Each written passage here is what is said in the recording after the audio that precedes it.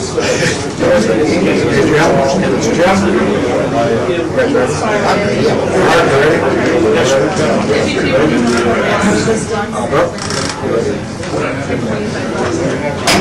meeting in order. Please rise. Pledge allegiance to the flag of the United States of America and to the republic for which it stands, one nation, under God, indivisible, with liberty and justice for all.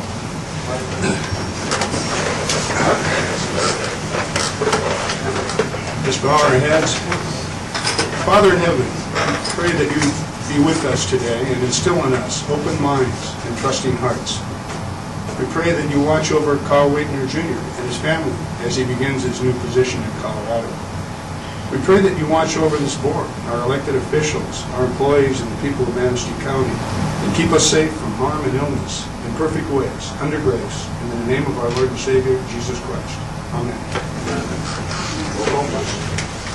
Mr. Bergstrom? Here. Mr. Hilliard? Here. Mr. Kolchak?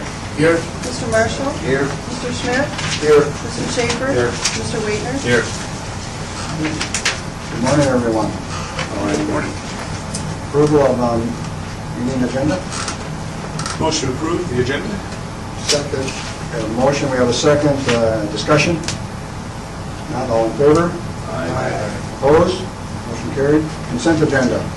Consent agenda will consist of February 18th, 2014 regular board meeting and February 2014 monthly appropriation and fund transfer, which are attached under Appendix A. I'll make that motion. Discussion? Roll call? Mr. Bergstrom? Yes. Mr. Hilliard?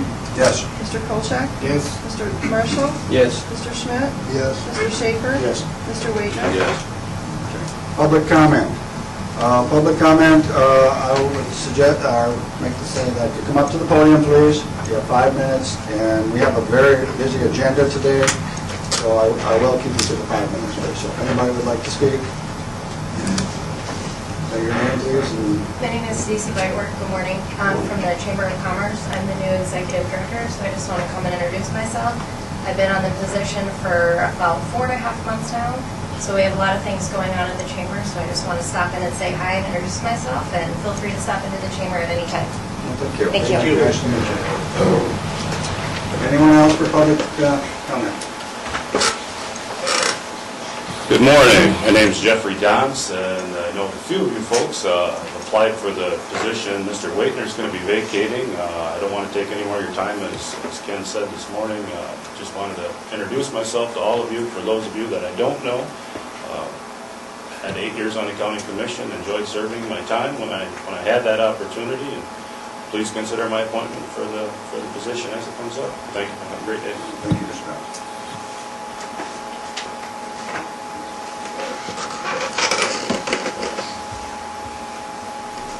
Good morning, George Saylor. For those of you that I don't know, I know most of you. I'm running for circuit court judge. I won't take 5 minutes or nearly 5 minutes, but I have been practicing law in Manistee for 30 years now. It's hard to believe it's 30 years. With Richard Wilson, Dan Heslin, and for the good part of my career, Bruce Gockerman. Our firm handles a lot of municipal law cases. In fact, I have one this morning yet in court. We have certainly have a strong background in municipal law, and if elected circuit court judge, I'm certainly familiar with those cases that counties or municipalities bring before the court. I'm also familiar, just sitting through the municipal meetings that I sit through, with the challenges that this commission faces with stagnant property values and reduced revenue sharing, things that you struggle with, I'm sure, on a daily basis. And so I recognize the great challenges that you have. Along those lines, I've committed that if elected as circuit court judge, that I recognize the need to work with county administration and this board. The circuit court judge certainly has a significant responsibility with both establishing and managing the budget of the circuit court, which is a big part of the county's budget. And so I think again, be committed to being a good steward of those taxpayer funds that are entrusted both to the county and then by extension to the circuit court. So appreciate the time, and I look forward to the campaign, and and the challenges that I'll face with that. So, thank you. Thank you.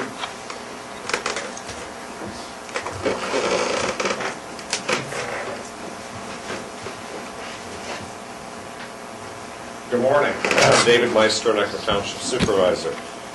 Two things I'd like to do. I'd like to address Carl and thank him personally for the service he did for our community, as his term was very short. And we wish you luck and good luck, and I hope everything works out in your new job. Thank you. Thank you for serving. The other person I'd like to thank is Roger from the Equalization Department. Especially the staff, and in particular Heather, who was very helpful this year. We had some issues that we dealt with and always found her to be, as usual, very helpful and I think gone over and above what she needs to do. And Roger actually has been a great addition to the staff here, and I want to commend him for his continuing good work. So I'd like to ask a question about the drain code, but I wonder if I could reserve my comments until after. You can reserve your comments till after. I don't know if you asked the question right now. I don't know. You may not have the answer. Exactly. Okay. I'd like to reserve that till that time if I could. Ken. Thank you very much. Thank you.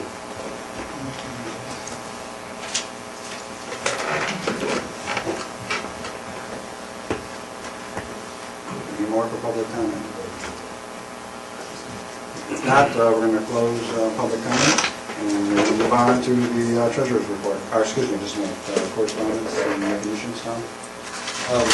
Really nothing more than, and I will email these to you. I did not put these in your board packet. The county clerk provided me with letters that we received from the Michigan Association of Counties, just thanking you for sending the 3 resolutions you sent last month to them, as well as to others regarding revenue sharing and the mental health issues.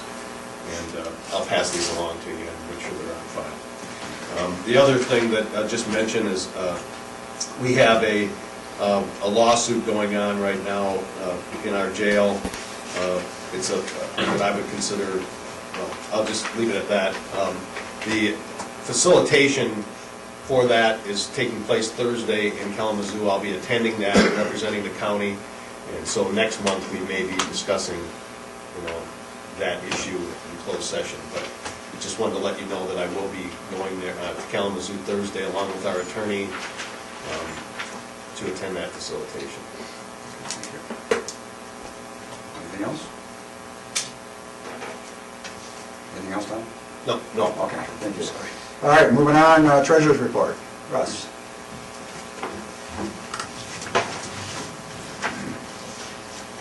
Good morning. Good morning. I'm Russell Pomeroy, the county treasurer. We finally finished up settlements with the townships for the 2013 delinquent taxes, and we will be paying the local units sometime in the next few months.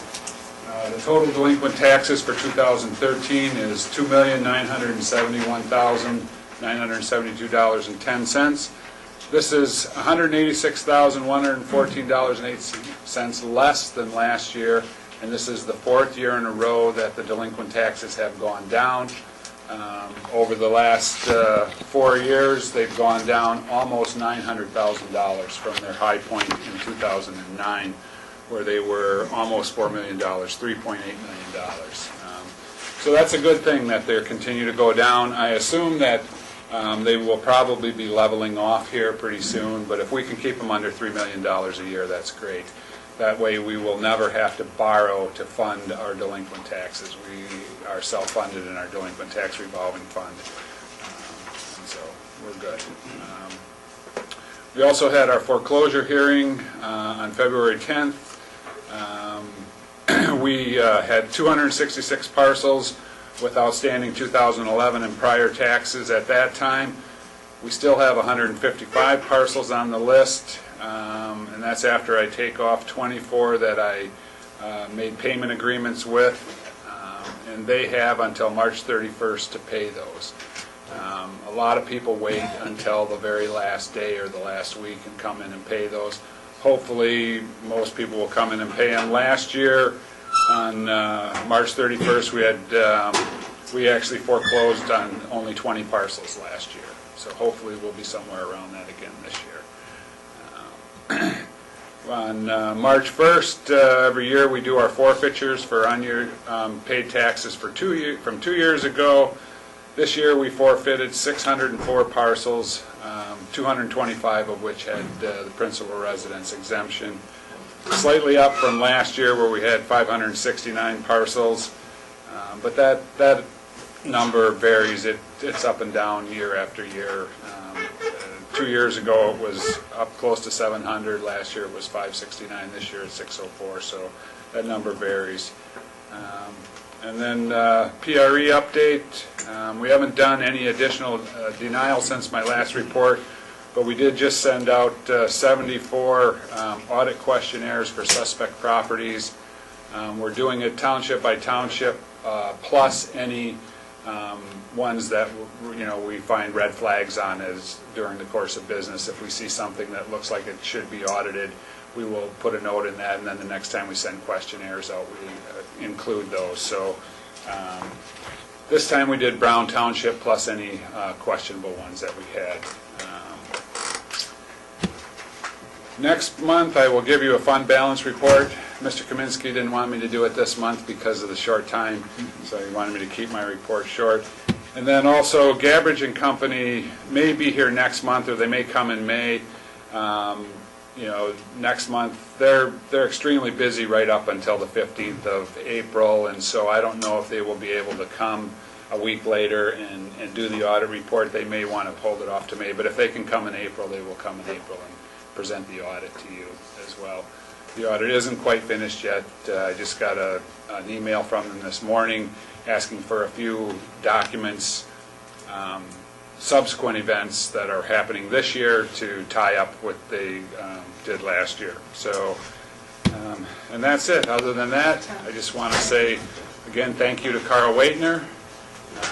It's been a pleasure working with you, and you're going to be missed. Good luck to you. Any questions? Any questions? Thank you for the good news. Okay, moving on, we're about 1 minute early, but if Mr. Vadebunker would like to start, Chronic Township, 9:15. Morning, Mr. Chairman, Morning. Commissioners, Mr. Administrator. My name is Phil Vadebunker. I'm Stronach Township Supervisor. I'm here to talk a little bit again about the kettle hole drain. At the last meeting, if you recall, I promised I would be in here this month and hand over some information which regards what we feel are violations in the drain code done by the creation of kettle hole drain. We've got a lot of information that we had to go through. We did get our FOIA information from the Manistee County Road Commissioner. I thank him. And Mr. Stone. Took us a while to get them to check, so because our clerk was a few days out. Once we got, they were in time. They were very diligent in getting that kind of stuff for us, and we appreciate that very much. Some of the things that I got here on what I didn't make out packets for everybody this time. I made one packet up, and I'm going to give that to our representative over here, Mr. Mark Bergstrom, after I talk a little bit about this. The thing our concerns right now have to do with the establishment of the drain, not so much at this point after the drain was established, but before the drain was established. So some of the things that we're going to give information over today. We've got about 35 pages of information, and at this time I don't think that Stronach Township has any intention of getting attorneys involved at this point. I think we're going to isolate this down to a few bullet points that we feel are going to be bad, and we will then probably get in contact with our attorney and take things from there. That being said, this is only going to cover up to Chapter 20 of the drain code. So that's yet to come. We haven't isolated all that stuff. We're in the middle of reading that over and studying it, and that has a lot to do with our issues too. There are some violations we feel are in Chapter 20. We're not attorneys, so, you know, what we're gonna do is we're gonna isolate this stuff until we get it down close enough that we can get it to our attorney, and then proceed from there. We will follow his opinions, title of opinions, and then take it from there. If you're gonna be served, you'll be served.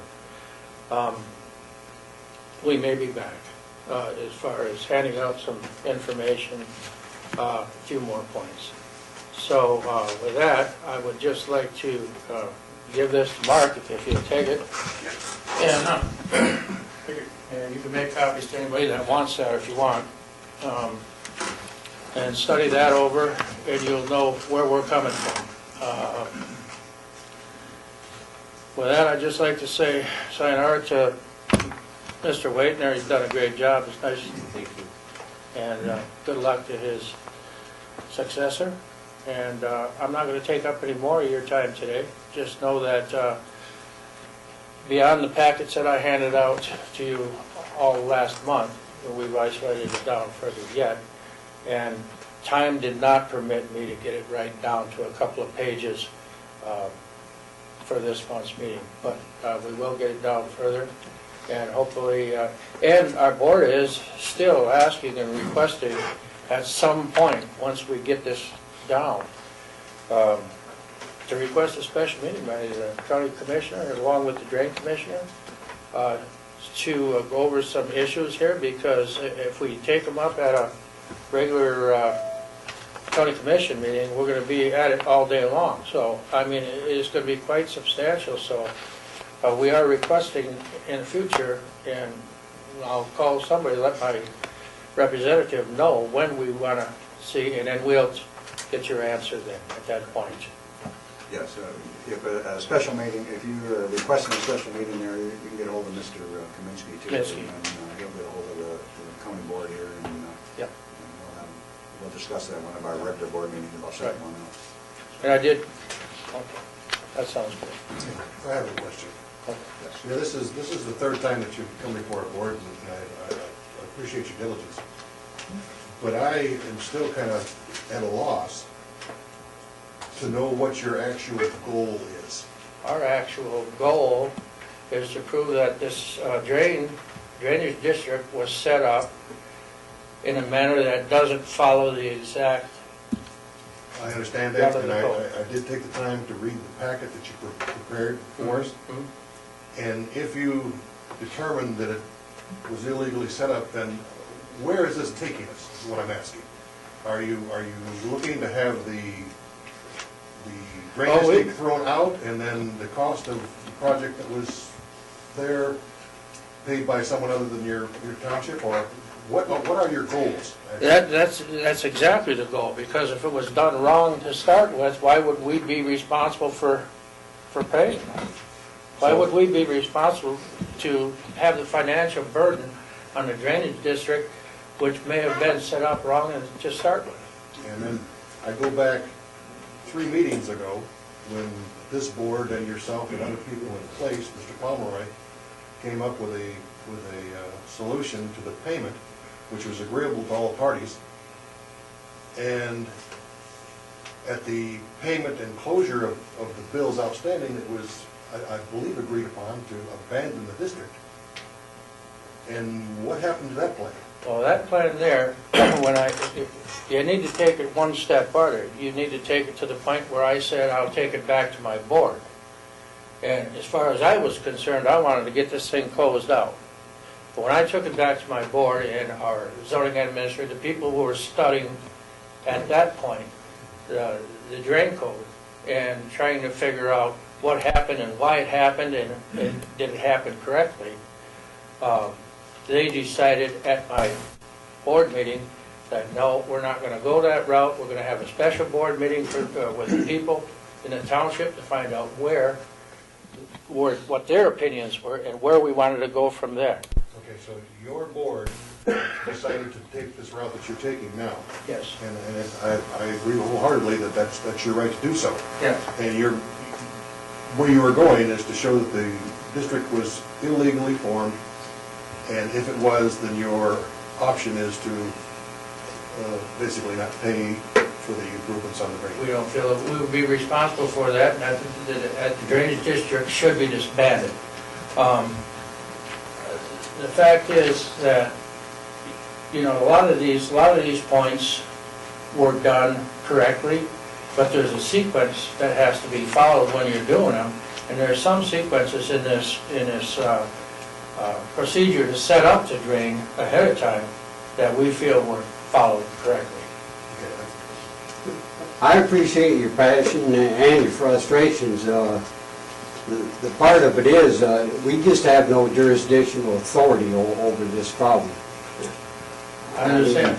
I understand that. You said, I appreciate the information you give us, but that's really as far as the authority that we even have. I think ultimately, what it boils down to is if they are successful in proving that it was illegally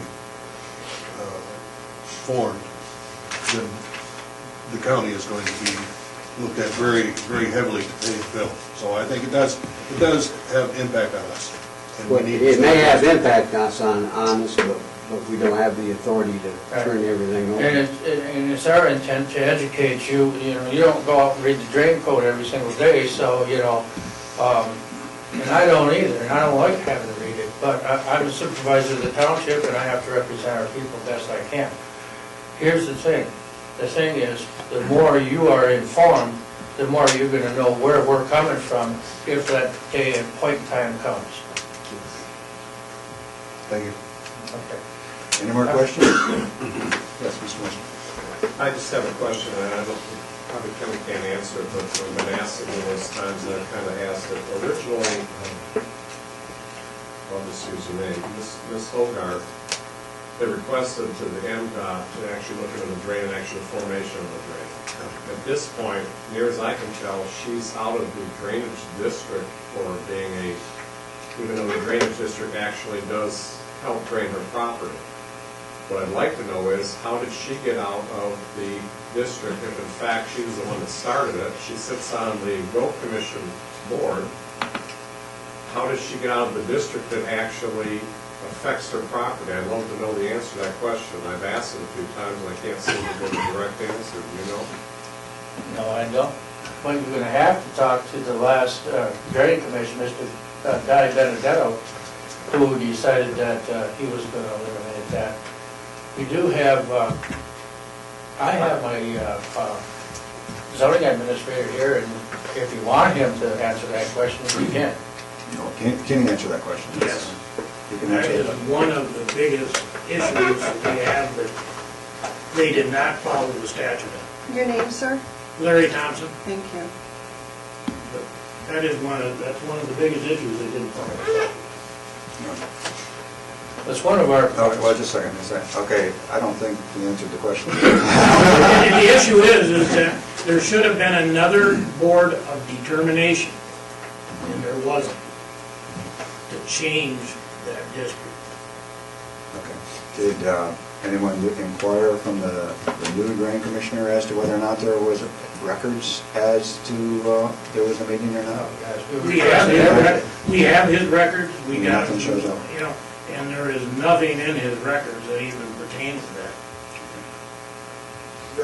Again, my question would be then how did she get out of the district? I mean, someone has to figure out that answer. Somebody must know that answer. I guess I get Mr. Benedetto here and have an answer. That would be my suggestion too. Because no one seems to have that answer. I mean, so, you see, that's one of the major points that we have. That's one of the major points that we have, and you're gonna probably read that in that packet that you have there. If not that one, you will get one in the short list. So, yeah, I'm kind of glad to see somebody else here asking questions about the drain commission besides Stronach Township. So that is one of the major points that we have. any other questions? Thank you very much for your time. Just before I go, I'd like to thank Mr. Roger here that helped Stronach Township. This is an issue that I was working on for the last few years concerning the catastrophic catastrophic events and acts of God as they relate to property taxes. I thought I was right for about 3 years, and he just verified that this season board review. I thank you very much. Thank you. Okay, moving on, we have about 4 or 5 minutes before our next scheduled appointment, so Mark, if you want to start the finance report? Sure. Okay, we do hereby submit our claims for February 5, 2014 through March 5, 2014. Total claim allowed, March 18, 2014, at $603,182.56. And make a motion to approve those expenditures. I'll second it. Okay, we have a motion and a second, any more discussion? Roll call, please.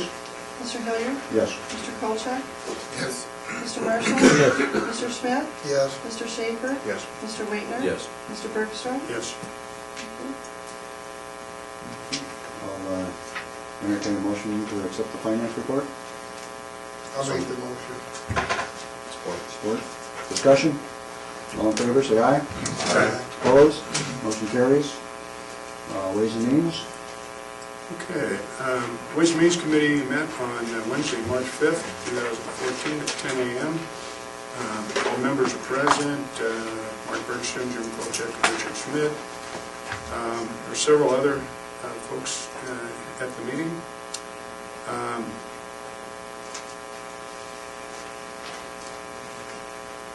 We had several action items.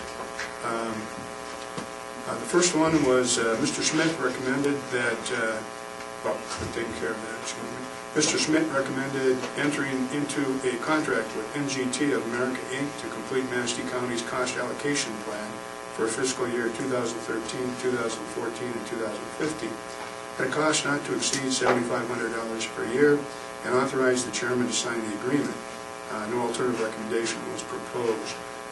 And I'll let our administrator address any specific questions, but the cost allocation plan basically spreads overhead costs to a variety of funds, and that allows us to receive more funding from the state. But I don't know if you want to add to that. I think you explained that fairly well, and I know a couple commissioners had some questions before the meeting regarding that, but I think I answered. If there's any more, I can answer. It's something we've been doing for over 20 years. We used to be with Maximus at $9,000 per year. We're actually paid on the amount of reimbursement that we receive. They take 50% of the first $7,500, or up to, they take 50% of any reimbursement we receive, up to $7,500, and the rest is all the counties. We would get much less money in our CRP contracts, which is our friend of the clerk reimbursement contracts. We get less money in some of our grants if we didn't have this cost allocation plan. So it's something that we've had for years. MGT has provided the service for us for the last 3 years, and at $7,500 rather than $9,000, and we recommend that we renew it again for another 3 years. I'll make the motion to renew it. I'll second it. We have a second. Any more discussion? Roll call, please. Mr. Kolchak? Yes. Mr. Marshall? Yes. Mr. Schmidt? Yes. Mr. Schaefer? Yes. Mr. Waitner? Yes. Mr. Bergstrom? Yes. Mr. Hilliard? Yes. We've got about 2 minutes if we can get one more. Yeah, push on well, hold. Mr. Schmidt recommended approving the payment of unused accumulated vacation and personal hours to Lynn Mikulinchak, $2,691.54. I gotta go to the next page here. The payment of unused accumulated vacation and personal hours to Jessica Hawkins in the amount of $1,558.68. The payment of unused accumulated vacation and personal hours to Kristen Goodrich in the amount of $3,499.76. And the payment of unused accumulated vacation, personal, and sick hours to Patricia Beach in the amount of $12,755.03 to be paid from the separation fund. No alternative recommendation was proposed. And that basically is exactly that. They've retired from or are leaving the county, and that's a fund that's set up for accumulated vacation, personal sick hours. There's some compensation involved there, and of course, Pat Beach has been with, I think, 27 years. Yeah, 27 years with the county, so obviously the amount's a little bit larger. I'd make a motion to approve all three of those individuals and the amounts to pay for unused accumulated vacation and personal hours, and for, in the case of Mrs. Beach, sick hours too. Okay, we have a motion, we have a second. You're saying there's 3 for week's vacation and the other one's for sick and vacation? Yeah, yeah. The different, Total of 4, no, right? no, it's vacation and personal hours for 2 of them. But Mrs. Beach was on a program that has since been eliminated, and that included her sick hours. So I think that's correct, isn't it, Tom? Absolutely correct. So, Any more discussion, questions? No, the only question I had was how that related to 2015 where they're reimbursed. And I understand that because the first year that you're employed here, there is no payment, then that year goes into the next year. In other words, some of these payments are actually for 2015. That's because some people are earning vacation in 2014 for 2015. So that's been That was the only town's policy question I had. for years. So that's the reason. And Miss Beach, as Mr. Bergstrom mentioned, was under a program that has been eliminated for more than 10 years. I can't tell you exactly how many years, but 15, where we used to accumulate sick days, and then you were paid for any unused sick days when you left. Only long-term, older employees like myself will ever be eligible for those if they have any balance left. If you get sick, obviously you use sick hours. But we've replaced that since that time with a short-term disability policy, so that no longer is in effect. Any more discussion, questions? Roll call, please. Mr. Marshall? Yes. Mr. Schmidt? Yes. Mr. Schaefer? yes. Mr. Waitner? Yes. Mr. Bergstrom? Yes. Mr. Hilliard? Yes. Mr. Kolchak? Yes. Okay. We're going to put you on hold. Sure. Okay. We have a 9:30 appointment, scheduled appointment with Ryan Findley, National Legislative Council for the Michigan Farm Bureau. And he's going to do a presentation on immigration reform.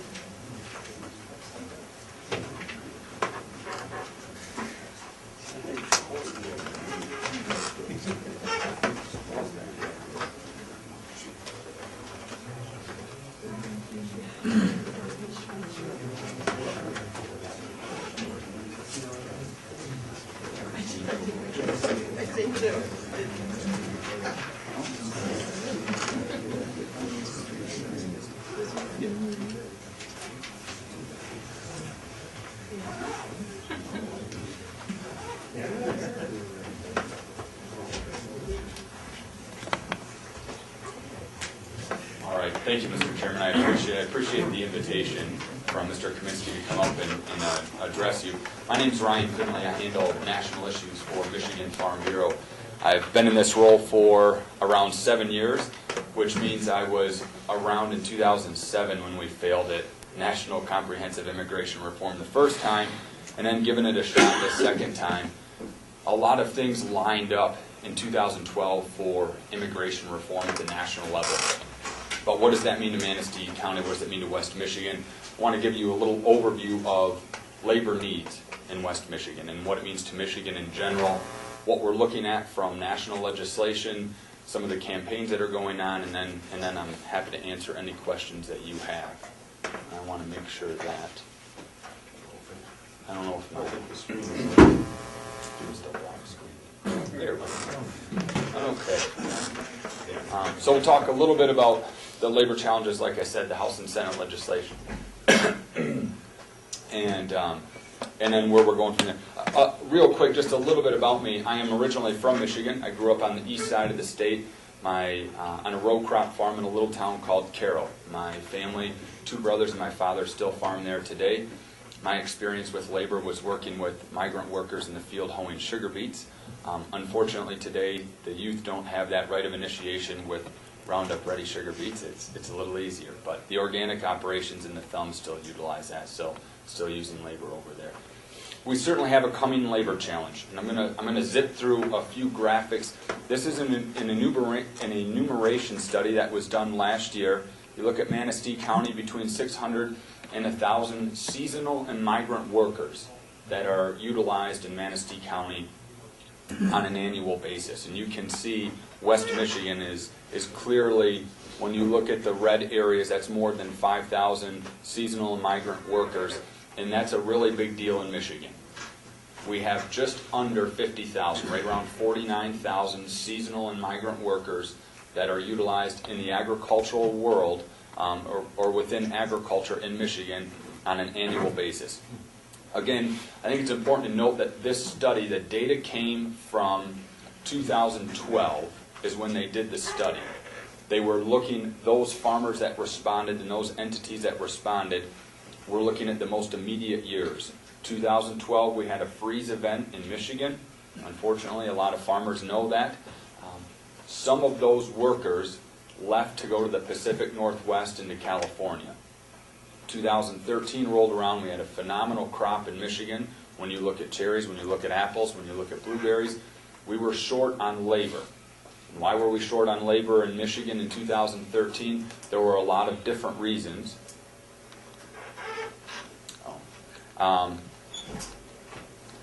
I guess hold off 1 second on why we were short. We'll go through some of those graphics in a minute. This gives you an idea of ag employment in the United States. So what do we have in total? Around 3 million. People are going to argue these numbers, but they're USDA numbers, so that's what we're going to use.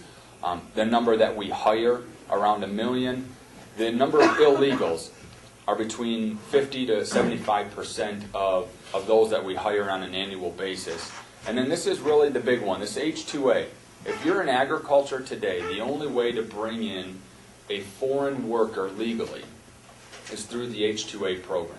Technically, there are a couple of other programs, the EB-5 program, but those function different. The only agricultural specific program is the H-2A program. It's a seasonal program. You bring a worker in for up to 10 months, and they're allowed to work on your farm, and then they need to return to their home of origin. So, well, this is really important to note when we talk about legislative fixes, because there are a lot more people that would like to use this H-2A program or some type of farm foreign worker program. So getting back to what were the challenges in 2013 and why did we run into those, from 1995 to 2000, the flow from the U.S. to Mexico was pretty minimal. From Mexico to the U.S. was pretty substantial. And if you go back, it's similar to that at various points in time from the 80s through the mid-2000s. But then you hit mid-2000, 2005 to 2010.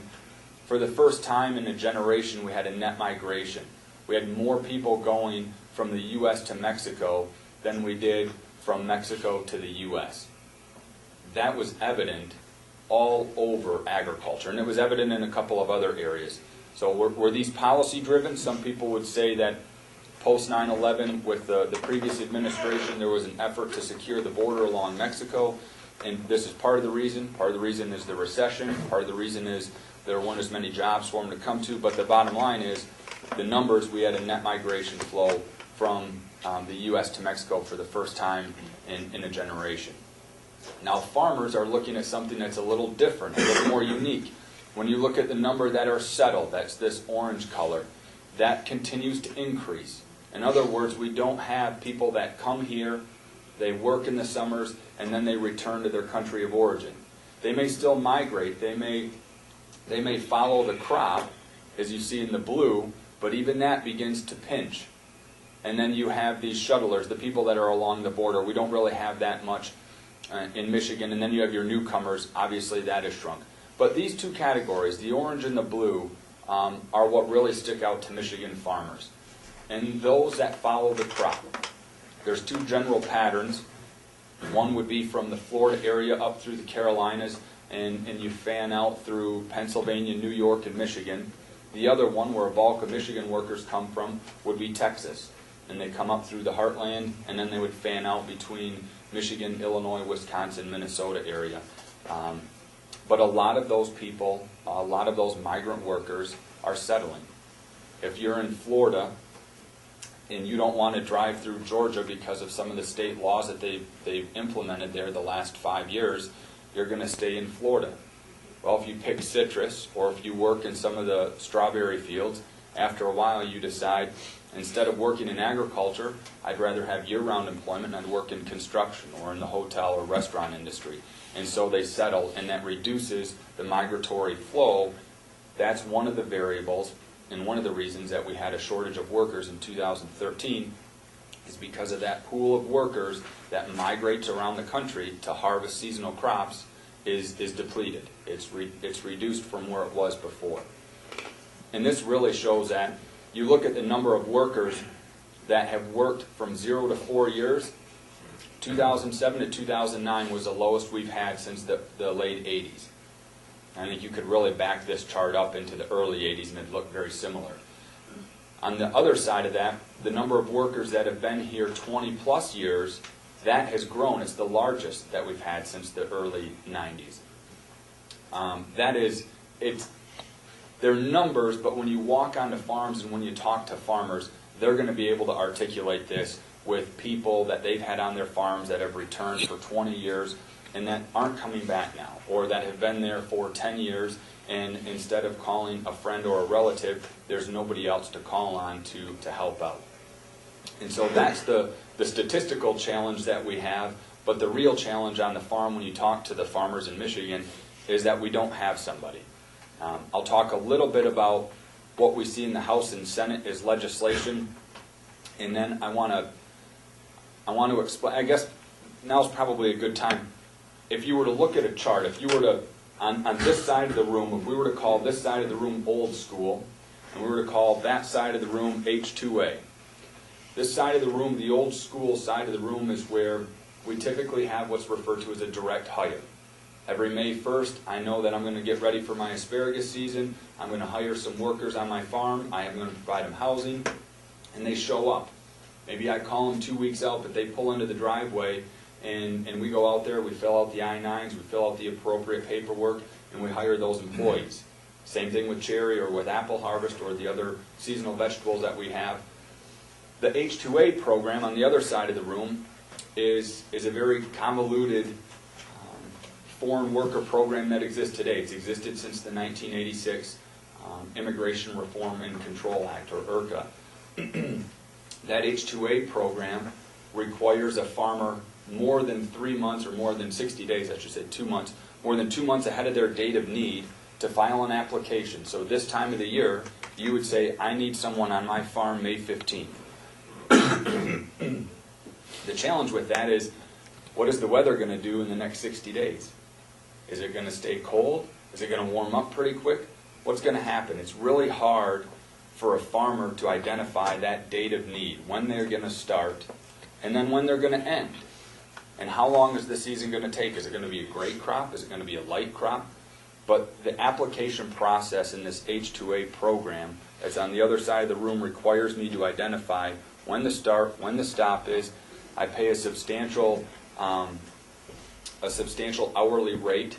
In Michigan this year, that will be well over $11 an hour. I have to provide housing and transportation, and it's a very expensive program. That's designed in part to make sure that a farmer just doesn't go and hire foreign workers, that they look at the domestic workforce. There's a lot of domestic workforce requirements to make sure if there's someone in the area that they're going to hire them. Farm Bureau and Agriculture believes that's the case. We want to hire our neighbors. We want to hire somebody that's going to work hard in the orchard or in the fields and get the job done. Unfortunately, we don't have the local workforce and we don't have the foreign workforce because that H2A program is very inflexible. So we're old school here, we're H2A on the other side. Right in the middle is what these two pieces of legislation are trying to achieve. They're trying to find a happy medium where There are protections for the domestic workforce, and yet there's this foreign worker program that would be easy for a farmer to utilize without having to involve legal counsel, without having to go through an agency and pay a substantial fee, and is also with a friendly agency, in this case USDA versus U.S. Department of Labor. Mr. Chair, do you want questions at the end? If we ask questions, Questions we at go. the end, please. Yes. So a couple of the legislative pieces that we have, the Senate, the U.S. Senate, so this is U.S. House and U.S. Senate, last summer, June 27th, they passed a comprehensive bill, and I'll talk briefly on that. The House passed legislation in June, the House committee passed legislation last June, but the full House has not acted on that, and we'll talk a little bit about that in just a minute. So on the Senate side, we have what's referred to as the Border Security, Economic Opportunity, and Immigration Modernization Act. A lot of people are just calling it the Senate bill. The Senate bill does two things. It establishes a blue card program for those workers that are here. If you remember that eyeball chart where it had that tiny dot with around 98,000 H-2A, and then it had, out of the million workers, 500 to 750,000 were illegal or undocumented, whichever term you'd like to use. The blue card program says that if you've been working in agriculture and you're not authorized to be here or you're not legal to be here, you can step forward, you pay a fee, you go through a background check, you make sure that you are in good standing, and if that's the case, we'll give you a blue card. That blue card will adjust your status and allow you to work in Michigan. It will allow you to work in the United States within agriculture. So if you've worked in agriculture and you're in good standing, you can continue to work in agriculture. It's not a pass that would give you citizenship. It's not a pass that would allow you to work in any industry.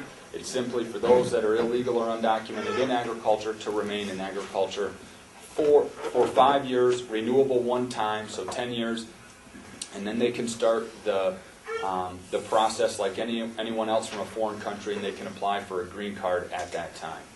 The other half of that is really important. It's that middle ground that we just talked about, the agricultural worker visa program.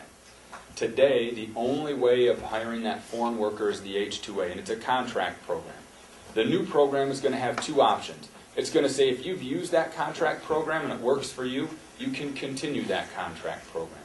If not, we'll go to an at-will program. And this at-will program is, the concept there is that if you are a farmer in Florida doing strawberries in January, you bring a foreign worker from Guatemala or Mexico or the Caribbean or Eastern Europe, and they start on your farm and they work that season, and if they leave your farm, which they have as an at-will employee, they can do that, to follow the seasons of blueberries through the Carolinas, up into the vegetable or fruit production of New York, Pennsylvania, Michigan, they can do that, and they would have the ability to move from farm to farm as long as they find an operation within 30 to 60 days.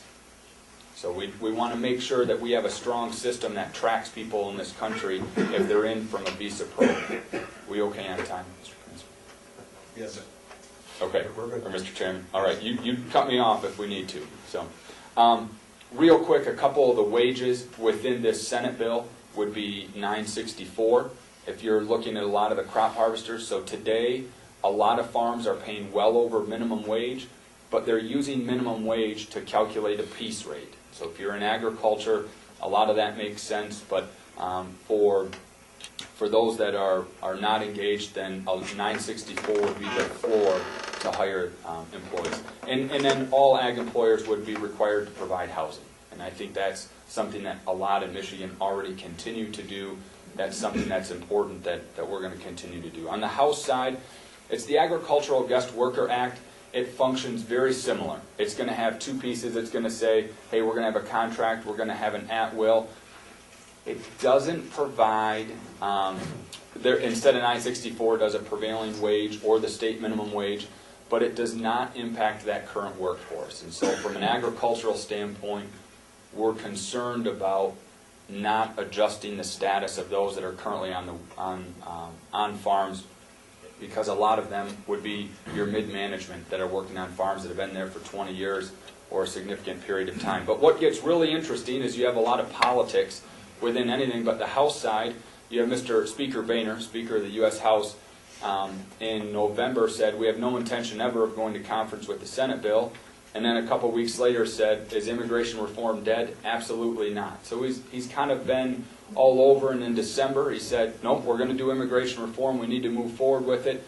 And he hired this lady, her name is Rebecca Talent, and in the broader world that means nothing. That was in the news, nobody really cared about it. But if you follow immigration reform, this was a huge deal because Ms. Talent only does immigration reform, and she was brought on, and it's rare that the Speaker's office would hire someone to just do one issue from the private sector. And so that was a really positive sign in December, created a lot of optimism.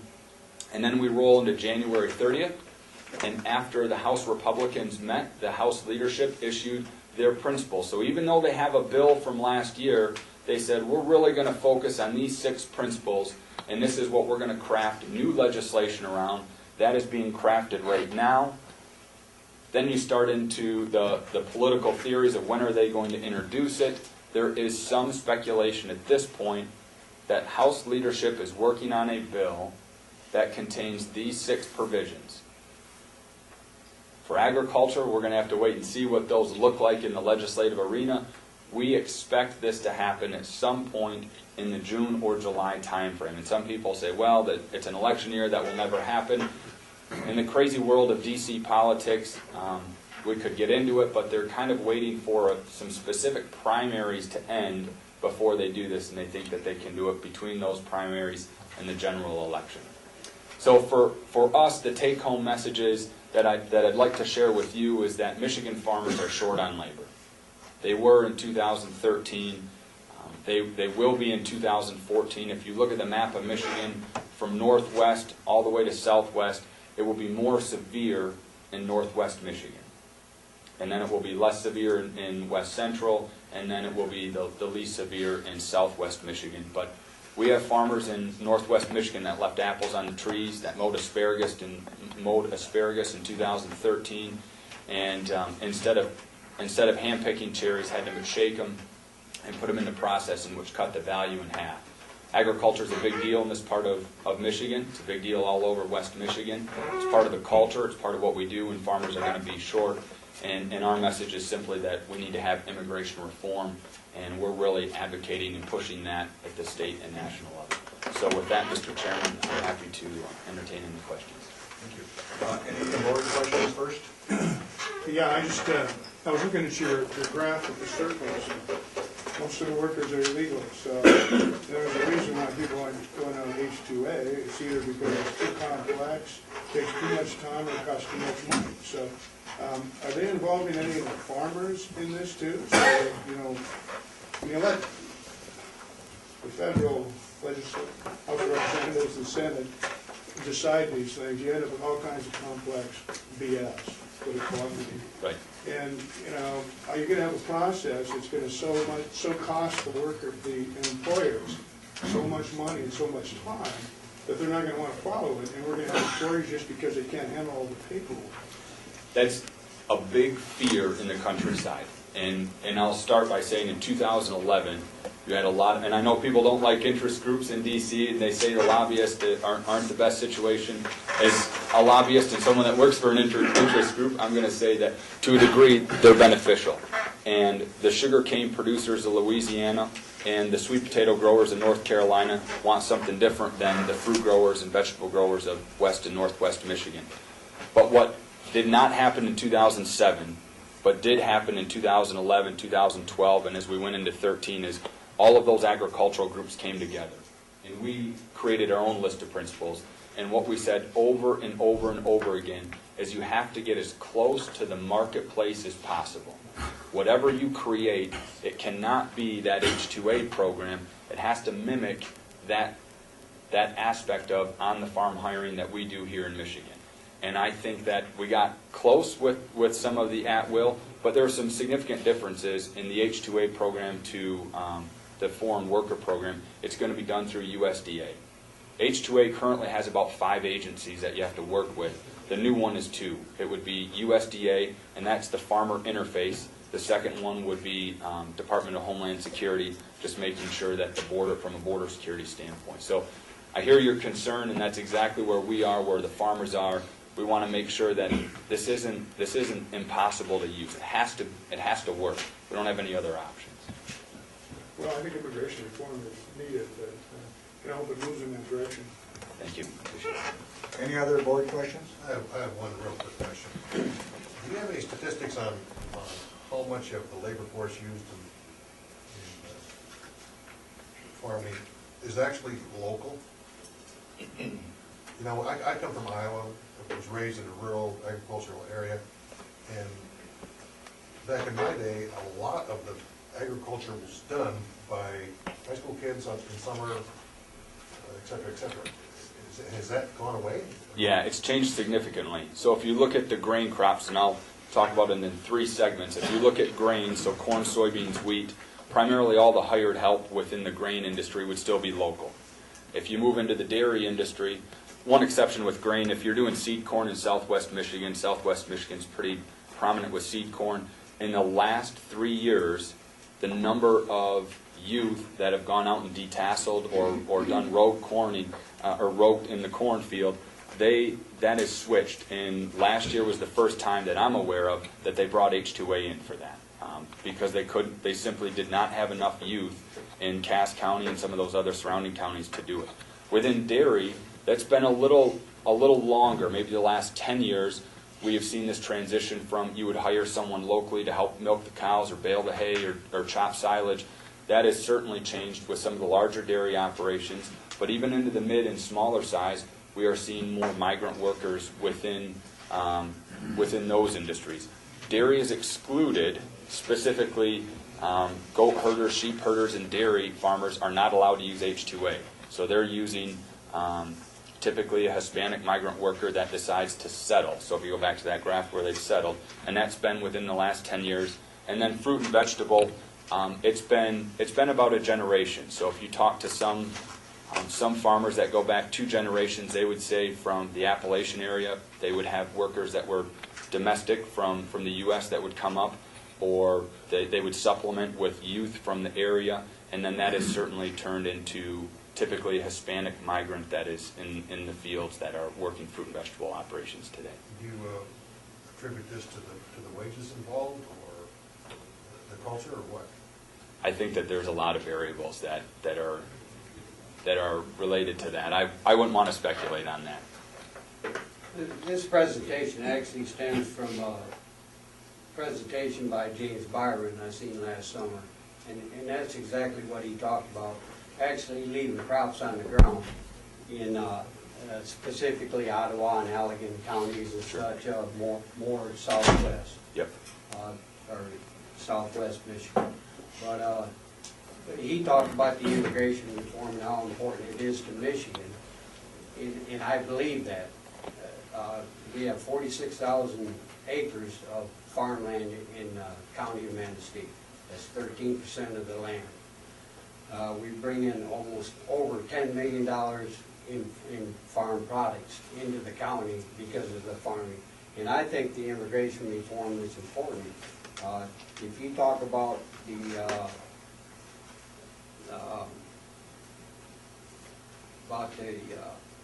the lack of rain in California, that alone is going to be a big issue on fruits and vegetables all over the entire country.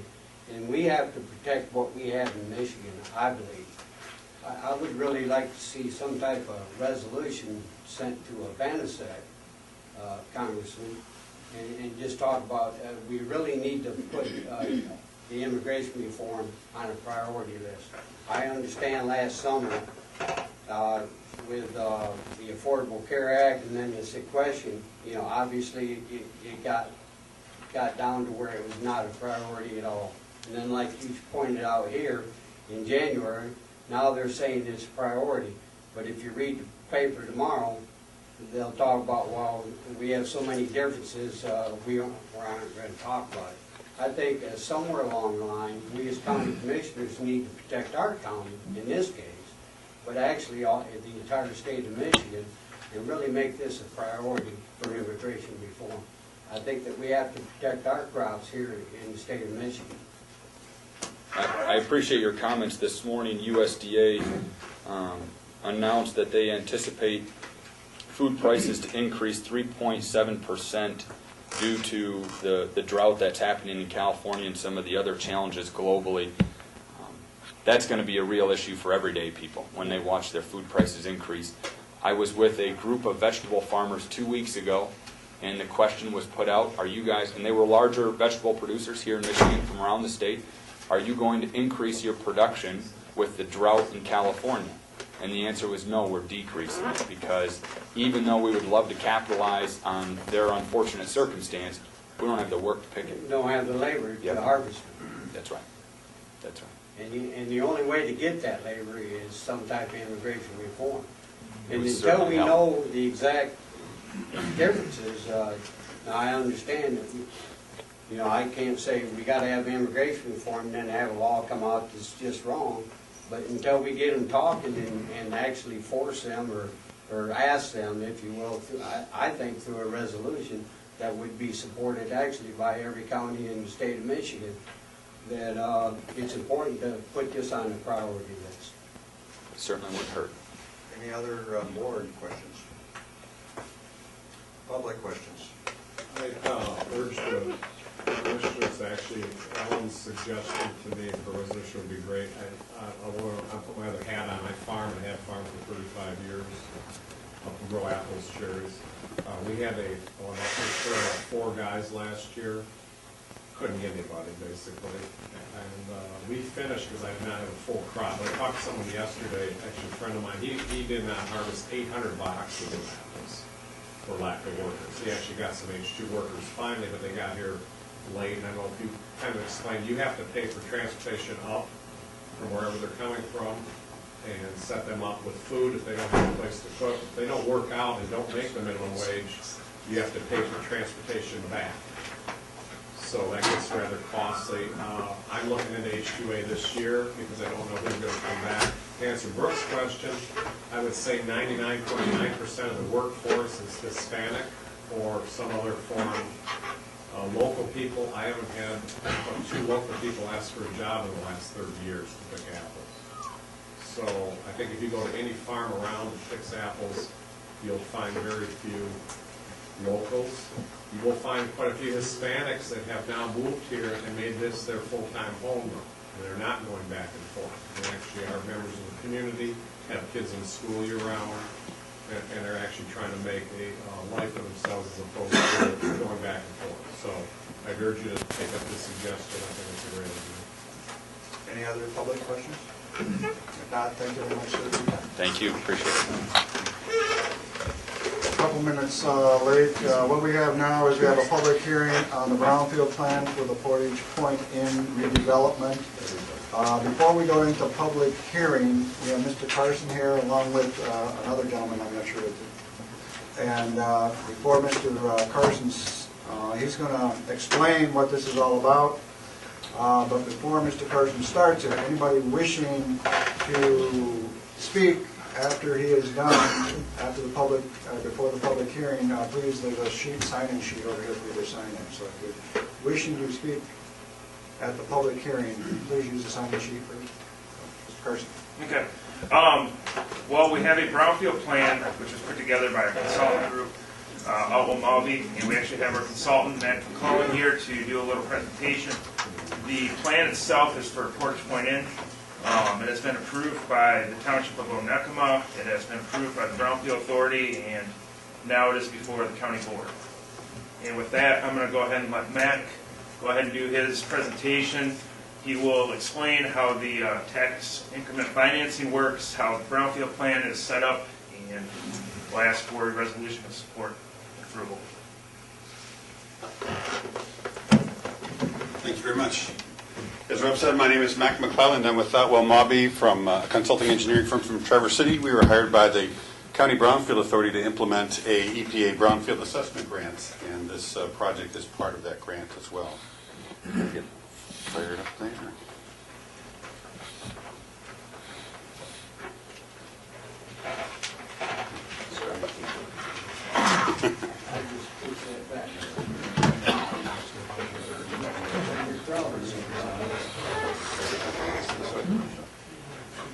Oh, there you go. Thank you.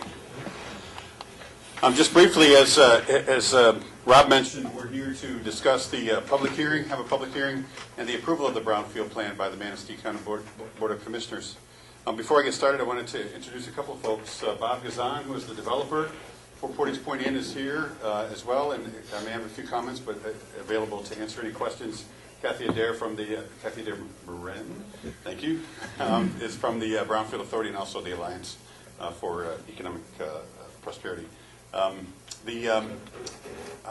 So we're here to talk about the public hearing and the approval. I want to talk a little bit about the project itself, its public purpose, which is an important finding for the Board of Commissioners.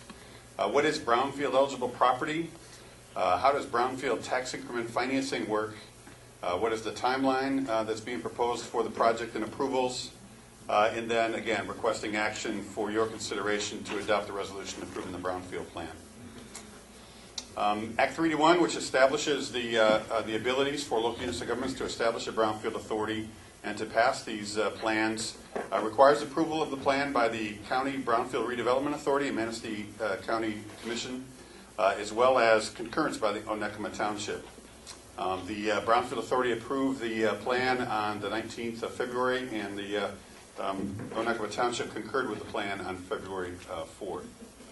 And again, it requires adoption for resolution for the Brownfield Plan by the County Board. Just a brief overview. I'm sure you all are familiar with the Portage Point Inn. The concept and idea here is to renovate and reopen. There are some extraordinary costs, as you can imagine, for renovation. And the estimated private investment just for this component of the project, sort of the narrow part of the project, is estimated to be around $4.5 million. There's a much larger component to the project with lots of public improvement, lots of other investments on other portions of property that's in the range of $17, $18, $19 million. So it's a large, substantial investment that's proposed for the area. And really, as you can imagine, it's a relatively small facility for that kind of investment to get things going. There's really some incentives that are necessary for it to cash flow and for it to be economically viable. And one of those components is brownfield redevelopment. The public purpose, as we see it, is it really reopens an important business in Onekama Township and for Manistee County. As you know, this facility has a long history from 1903 and has been an important part of the Onekama area, Portage Lake area, for a long time. There's increased investment and tax base that will ultimately come from this project in a significant amount.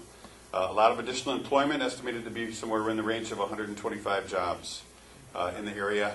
And we also believe there'll be a lot of spin-off businesses that will occur by meeting the needs of all of the individuals that come into the area as well. Just want to briefly explain brownfield TIF, and again, this act provides for the capture of increased incremental taxes on eligible property to reimburse extraordinary expenditures, which are called eligible activities. So the great part about this is that it really levels the playing field between greenfield and brownfield sites.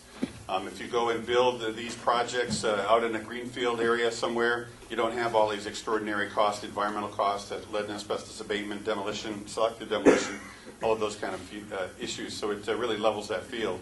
And I think most importantly, the revenue pie expands because you're talking about new investment. We're not talking about carving out a piece of the pie, of an existing pie. We're talking about generating a new pie for that, and I'll explain that a little bit more. And then a slice of that pie is taken to reimburse those extraordinary costs. So this just gives you a little bit of an idea. And these again these are estimated numbers. They're relatively high, just to make sure that we have everything covered. But over this time period, there may be about $600,000, $670,000 worth of eligible activities for the project. The state also gets a little bit of a cut through some new legislation. They'll have about $60,000 or so. So for that level of investment over the next 30 years, there's also an opportunity to capture a local site mediation fund that would provide the county with funds and resources to help aid these projects in other areas as well.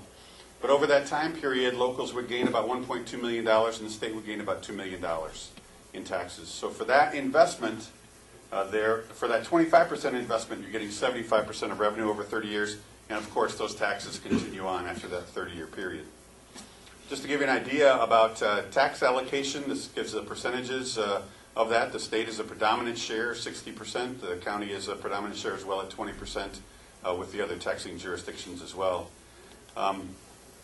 there's one little piece to that. I want to go back for just a second. In this pie there, because the proposal there is also a proposal for a commercial rehabilitation act, which would abate local taxes, the state will be providing most of the funding for the eligible activities under the Brownfield project. And so there's little impact to the local units of government if the project goes through, but the state will be providing most of the dollars for that, which I think is a strong advantage. Eligible property, there's kind of four types of eligible property. It's contaminated, blighted, functionally obsolete, or a historic resource. Another change in legislation that happened about a year and a half ago added historic resources. The Portage Point Inn does have some presence of lead in soils around the buildings above DEQ criteria, so it is a contaminated property, and of course it is a historic resource. It was put on the National Register back in 1985. The eligible activities are kind of divided into two different areas. Environmental activities, which I call kind of investigation, and that's determining what is there and making sure that the new owners are not responsible for that contamination. Protection, even though you're not liable for that contamination, you have to make sure that nobody can eat it or drink it. And then any remediation you might have to take care of any other issues that might be on the site, any protection of public health and welfare. The second category are developmental or non-environmental activities, and that's lead and asbestos abatement and demolition.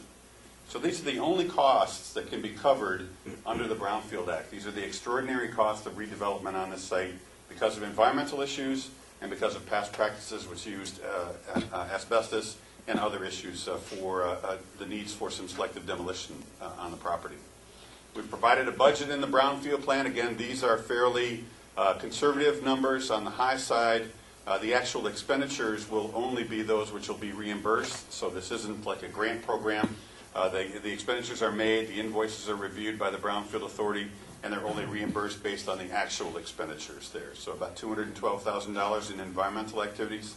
Also, as you can see, provides some dollars for the administrative and operating costs for the Brownfield Authority as well. And then the mega activities, lead and asbestos abatement, and I want to emphasize, obviously, selective demolition. This is a historic site. There's a whole bunch of hoops to go through to maintain the integrity. The selective demolition will only be on those non-historic items and to maintain the integrity and respect the historic presence of the site. So about $464,000 in that. If there is no activity on Portage Point Inn, and we talked about this at the township level, that this is a fairly conservative estimate, that it'd only be a 1% decline in property taxes. But the site generates about $36,000 in taxes now for the parcels that are included within the Brownfield plan. Once that investment is made, those taxes jump significantly. Again, the locals and all the taxing jurisdictions will continue to receive that $36,000 as if the project was not constructed. And in this case, because local taxes are abated, we're only capturing state taxes in the situation for a period of 10 years. After the Commercial Rehabilitation Act tax exemption goes off, those taxes will rise again. There'll be some dollars that are available for the local site remediation fund. And then after that point in time, all of the taxes go back to the taxing jurisdictions. And so really as a result, we have this investment of dollars that are up front, that slice of the pie that reimburses those eligible activities that pave the way for this investment and for, again, those extraordinary increase in taxes that will go on into the future. Again, this is just a little bit of an idea about who pays for what. The township and county pay for a significant portion, and the state will also pay for a large portion of those funds, and the state absolutely gains the revenues as well as the county and the township, West Shore Community College and the ISD. Just gives you a little bit better idea about the expenses that are made and then the revenues which accrue from that, just again over the 30-year period. The schedule of the project was introduced at Onekama Township on January 7th, and they concurred with that plan on February 4th. As I mentioned, Brownfield Authority approved it on February 19th. Today we're holding the public hearing and hoping for your consideration of approval of the plan. Then that needs to be sent in to the State Department of Environmental Quality and the Michigan Strategic Fund for their consideration. So hopefully by May we'll have approval of all of these activities. Again, our request here is to consider a resolution of support for the Portage Point Inn Brownfield plan.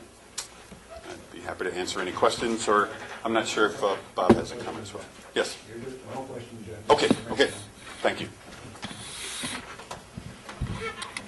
Bob, did you want to add anything, or? I'm just here to answer any questions you might have for me. Thank you very much. Okay, now is the time set for a public hearing on the brownfield plan for Forest Park in redevelopment. Entertain a motion to go into public hearing. Discussion, roll call please. Mr. Shedd? Yes. Mr. Schaefer? Yes. Mr. Waitner? Yes. Mr. Bergstrom? Yes. Mr. Hilliard? Yes. Mr. Kolchak? Yes. Mr. Marshall? Yes. Thank you. Okay, now we are in public hearing. Anyone wishing to speak reference the brownfield? Mr. Meister, please come up here.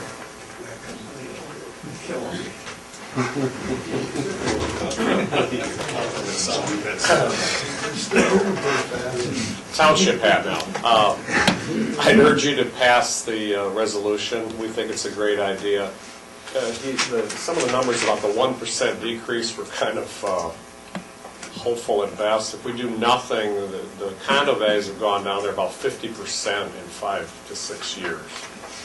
So continuing that slide down would not generate any new income. In fact, will be another loss. We've lost, I don't even know how many $1 million in value there in the last 5 years due to the deterioration of the hotel and non-business activities. We see this as a win-win situation. We're not losing any money. If we don't do anything, we'll lose more.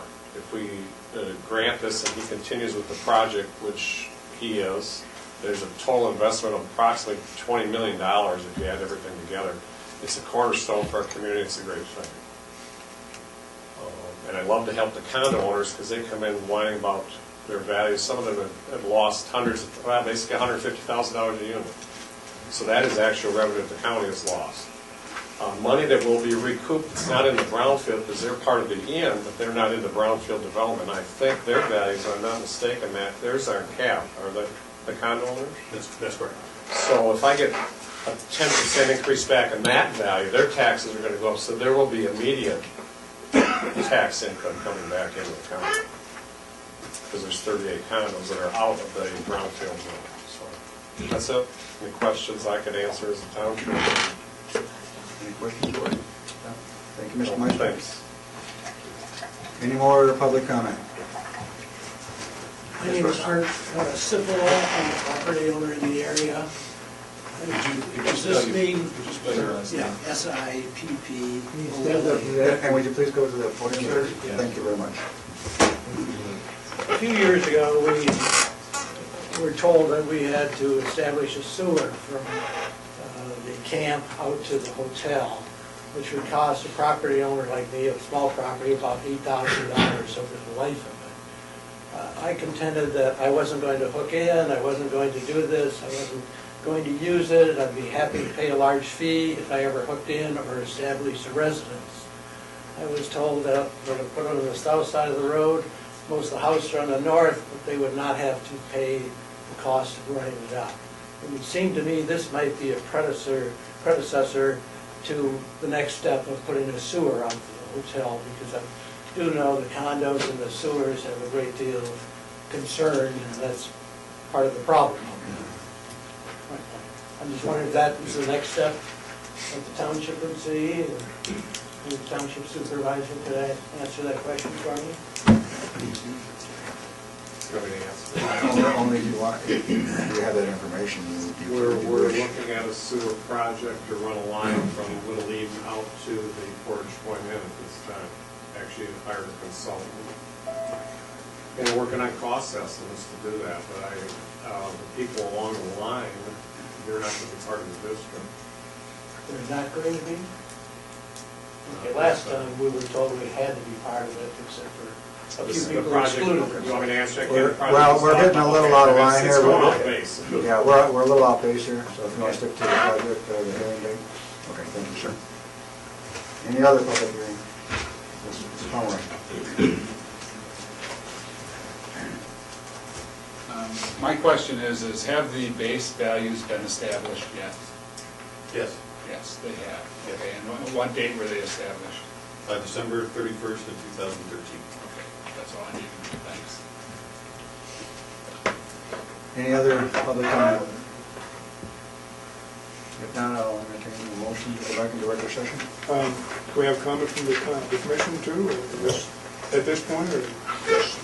I just want to clarify something. The initial investment was going to be about $4.5 million, is that correct? And then there's going to be additional private investment of roughly $17 million, is that correct? Well, I think that the $4.5 million was relative to the improvements to the structures that Matt was specifically analyzing that need to be led to asbestos abatement. But the project budget, we're working on a staffing and investment chart right now because we have to define the master plan. But right now, the total project cost is at $19.6 million. Okay. So All that private includes- investment. That includes the $4.5 million that Matt was specifically, the Matt was looking at. And all private investment, right? Well, it's a combination of private and public. We're pursuing an MEDC block grant, as an example, to fund the cost of sewer. So that is included in that total project. I think you had some figures there, I don't remember, but do you have a rough idea how much public investment is going to go into this end? Well, excluding the taxes? yeah, we just don't know what the result of these grants. All right, will happen, okay. All right. Thank you, that's a significant investment. I got a question. Rob, how much longer is Brownfield going to exist? Excuse me? How much longer will the Brownfield program The exist? Brownfield program, we received an extension last year to run the program to about September. So we have money available right now in the program to assist with projects, and it is likely, this has been our 4th extension, I believe, 3 since I've been here, and we are not likely to get another extension from EPA. So. Again, this is a public hearing for the brownfield on 40 Point Inn redevelopments. That's all. That's the only questions we're taking here at this time. Okay? Yes, sir. I just want to follow up one point. There's 2 components. One is the EPA grant, which is a specific amount. The Brownfield Authority and its capabilities to pass these kinds of brownfield plans was recently enacted. It used to have sunset legislation, but it was made permanent. So the ability of the Brownfield Authority to do these kinds of projects and move forward on those is continuing. I have something, you talked about what it sounded like selective work, or however it was said, but you talked about $50,000 for asbestos removal. That $50,000 seems really low to me, knowing the age of that building and how much asbestos that must be in it. Where does that figure come from, and where does selective, that word or that term, how does that put into play? Sure. We actually did an asbestos survey under the grant, and surprisingly, there was not a great deal of asbestos. A little bit of caulk around the windows, a little bit of roofing materials, a little bit of mastic in a couple of areas, and so there was not as much asbestos as was expected. Not a lot of pipe wrap, which is the real kind of complex stuff. So that came from an estimate. We actually shared that with an asbestos contractor. We got an estimate for those costs based on the materials that we found. The selective demolition is part, a lot of people look at demolition, especially in a historic structure. We wanted to make certain that everybody understood that it was just small parts of the property or certain components of the property that would be demolished and not the building itself. So that's The physical integrity of the complex, if you will, is going to stay as is that correct? Absolutely. In other words, each building is, nothing's going to be moved or rebuilt either. At this time. I'll be speaking to that, but it certainly has to meet the historic guidelines and integrity. Our intention is to work with SHPO, State Historic Preservation Office, and follow their guidelines. We're trying to bring the museum back to its original. Yeah. Okay. Mr. Chairman? I just wanted to say that this is a great project, and this is what Manistee County needs. We need more investment like this. We're talking possibly 121 jobs. We're talking millions of dollars in new private investment, which means additional taxes. This is a great project, and I hope you're very successful. Any other public comment? Now I'll entertain a motion to go back into regular session. I'll make the motion. Support. Any more discussion? Roll call, please. Mr. Schaefer? Yes. Mr. Waitner? Yes. Mr. Bergstrom? Yes. Mr. Hilliard? Yes. Mr. Kolchak? Yes. Mr. Marshall? Yes. Mr. Schmidt? Yes. At this this time, I'll entertain a motion on the Portage Point Brownfield development. I'll make the motion. I'll support that. Okay. There is a resolution. There's a resolution on page 119. The resolution is number 2014-7, Manistee County Board of Commissioners, resolution approving brownfield plan for Portage Point Inn. Is that your motion? Yes. I support that. Any more discussion? Roll call, please. Mr. Waitner? Yes. Mr. Bergstrom? Yes. Mr. Hilliard? Yes. Mr. Kolchak? Yes. Mr. Marshall? Yes. Mr. Schmidt? Yes. Mr. Schaefer? Yes. Thank you. Thank you. Moving on, at 10:15, running out of time, I see. Okay, we are going to keep you on hold, Mr. Bergstrom, for a little bit here. We're going to go to public safety, personnel. At the 10:15 on the agenda is the Personnel Committee report. On that report, wait for it to pop up here. Okay, Personnel Committee met on March 5th, 1 p.m. And the only item requiring board action was a recommendation by Mr. Waitner on the new jail administrator at grade, to move him, or start him, I should say, at grade 9, step 5. But built into that would be, if he was a year down the road, a satisfactory service, would be moved up one step to step 6. So at this time, the sheriff is here to talk about that. Steve, on the floor. Mr. Chair, County Commissioners, good morning. I'd ask the Personnel Committee for a few minutes just to introduce our selected candidate that we have hoped to get board approval on a wage and salary package. Mr. Steve Gonzala stands to my left. He is from West Branch, Michigan in Ogama County, and he has served as the Assistant Jail Administrator there and the Jail Manager for the Ogama County Sheriff's Office. Steve began his career in Ogama County in 1994 in 2000 as a corrections officer, and in 2005 was promoted to corporal, in 2006 to a sergeant position, and was named the jail manager.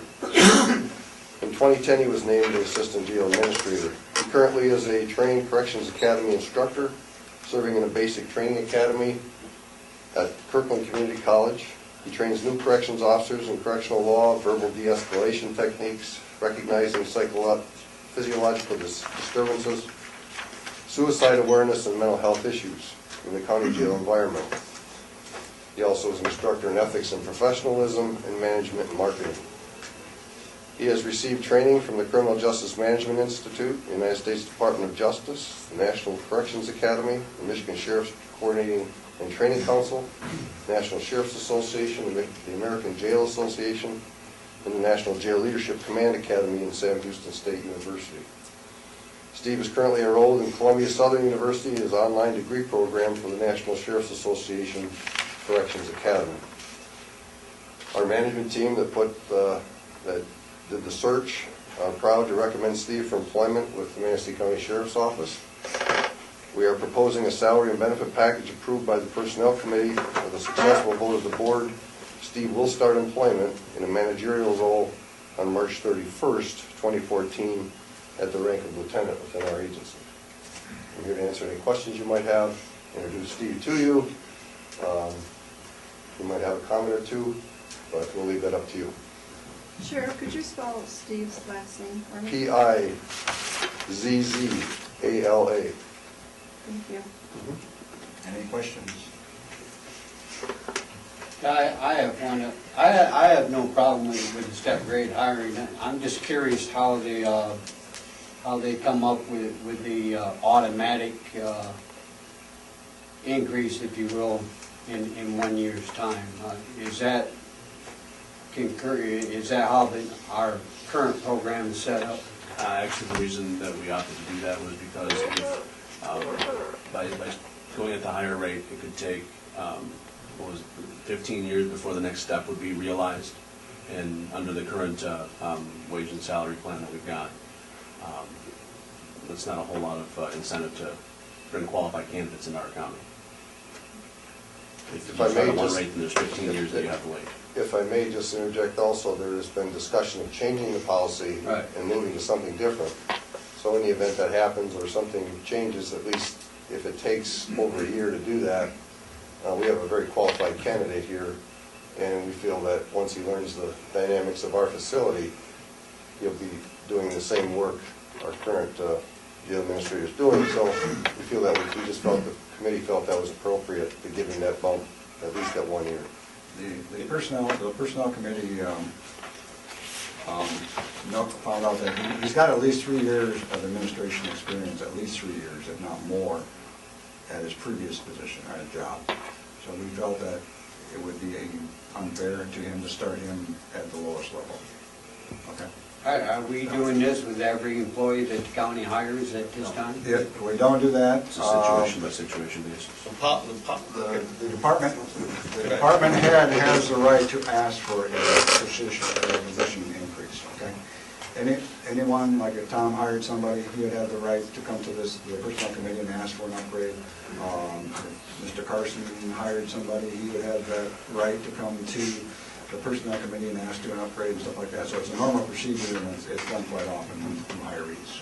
Under county policy, the sheriff would not be here today other than to introduce the new jail administrator if he was starting at the minimum rate within the pay grade. Our policy says you start at the minimum rate within the pay grade unless you hire someone that you feel, the department head feels is more qualified, and you can't get them for, sometimes you're recruiting a very experienced employee, and so you're asking, the policy allows for the sheriff or any other department head or elected official to come before the board and say, I think starting this person at a minimum rate will not be acceptable to the candidate, and I can't get this person, and we feel they have enough experience. What Mr. Waitner just referred to is our policy says you get a step increase every year, or every 3 years. So if you started at the minimum rate in 3 years, it would be an automatic step increase. Under our policy, though, when you're starting at a step 5, you would have to wait about 15 years, because you don't get, when you start at step 5, you don't just automatically go to step 6 3 years later. Our policy, whether it's good or bad, requires you to wait all that time to get caught up. Under this, you made a comment automatically in 1 year. If you read the motion says after 1 year of satisfactory service. So what the sheriff will be doing is after 1 year, or right around 1 year, he will be evaluating Mr. Bazala, and if he feels that Mr. Bazala does not warrant that step increase, it will not be given. But if he feels it is, you are giving the authority in advance for him to go ahead and do that without coming back to this board. I think Mr. Kaminsky has really stated it quite well, but just to put it bluntly, this man has extensive experience. His current salary is substantial. This is not even a major increase over his current salary. Yeah, I never contested any of that. And if we want him, then we're going to have to pay him. So, and we're saving money in the long run because the current jail administrator has been. So in 1 year, there will be some type of follow-up recommendation. No, the motion reads that we would just do that with successful application. Absent of doing that, then I would request a step 6 starting. If the sheriff feels he's doing a good job, then he's going to let us know, or he's going to let the treasurer know that it's going to be an automatic, okay, with this motion. It will be automatic, but only upon the sheriff's satisfactory evaluation with a letter to our office saying, that's what I just please, asked. Right. It's automatic, but yet it's not automatic because the sheriff may, if the sheriff is not happy. We won't come back to the board. We won't come back. Will not come back to the board. Right. And the reason for that is we've run into that situation in the past where a previous board had given the okay to do this, and then all of a sudden the new board says, where'd this come from? And wouldn't give it, okay? So we want to make sure that there's no gray areas, that it's all black and white, that if the sheriff feels that this guy is doing a good job, then he automatically gets it, okay? The chair There's no question. But we'll see some type of letter on that. Now I'm just asking. Sure, we can make sure, you're informed of what's happening. Sure. You bet. Any other questions? I'll entertain a motion. I'll make that motion. I'll support that. Okay, and the motion is, Start the new jail administrator. at grade 9, step 5, with a bill that is built in that after 1 year of satisfactory service to Manistee County will increase to step 6. That's correct. Motion. Any other discussion? Roll call, please. Mr. Bergstrom? Yes. Mr. Hilliard? Yes. Mr. Kolchak? Yes. Mr. Marshall? Yes. Mr. Schmidt? Yes. Mr. Schaefer? Yes. Mr. Waitner? Yes. Congratulations. Welcome to Welcome Manistee. aboard. Welcome to Manistee. One final point, Mr. Chair, if I may, I'd just like to thank Mr. Waitner, take this opportunity for your service to the board over the short period of time. We're going to miss your input and insight, and I wish you all the best of luck, sir. Thank you. Okay, moving on, we're going to finish up with the personnel just for the mere fact that it's going to be real short here. Ms. Segala and Mr. Waitner, we're working on a wage scale to try and correct some of the issues that were with the old wage scale. Ms. Segala says that she is going to continue with whomever we pick to help her out with, since Mr. Waitner is going to be in here. So at this time, there's no change with that. And also, Ms. Segala is here right now to give us a little update on the teledoc program. Sure. Beginning January 1st, we started the teledoc, where you can consult a doctor over the phone instead of going into the doctor's office. And I think your Appendix A shows that we have had some utilization since January. So it looks like if we continue on the path that we have started with, we'll have some savings to the county as far as our health benefits go. So. Any questions? Okay, if not, nothing further on the personnel report, so I'll entertain a motion to accept the personnel report. I'll make the motion to accept the report. Support. Okay, discussion? All in favor, say aye. Aye. Opposed? Motion carries. Okay, at this time, Mr. Waitner and Mr. Fineout, a 10:30 appointment for Manistee Township Zoning Administrator. Actually, it's just a simple request and a possible adjustment to the agreement that was made late last year.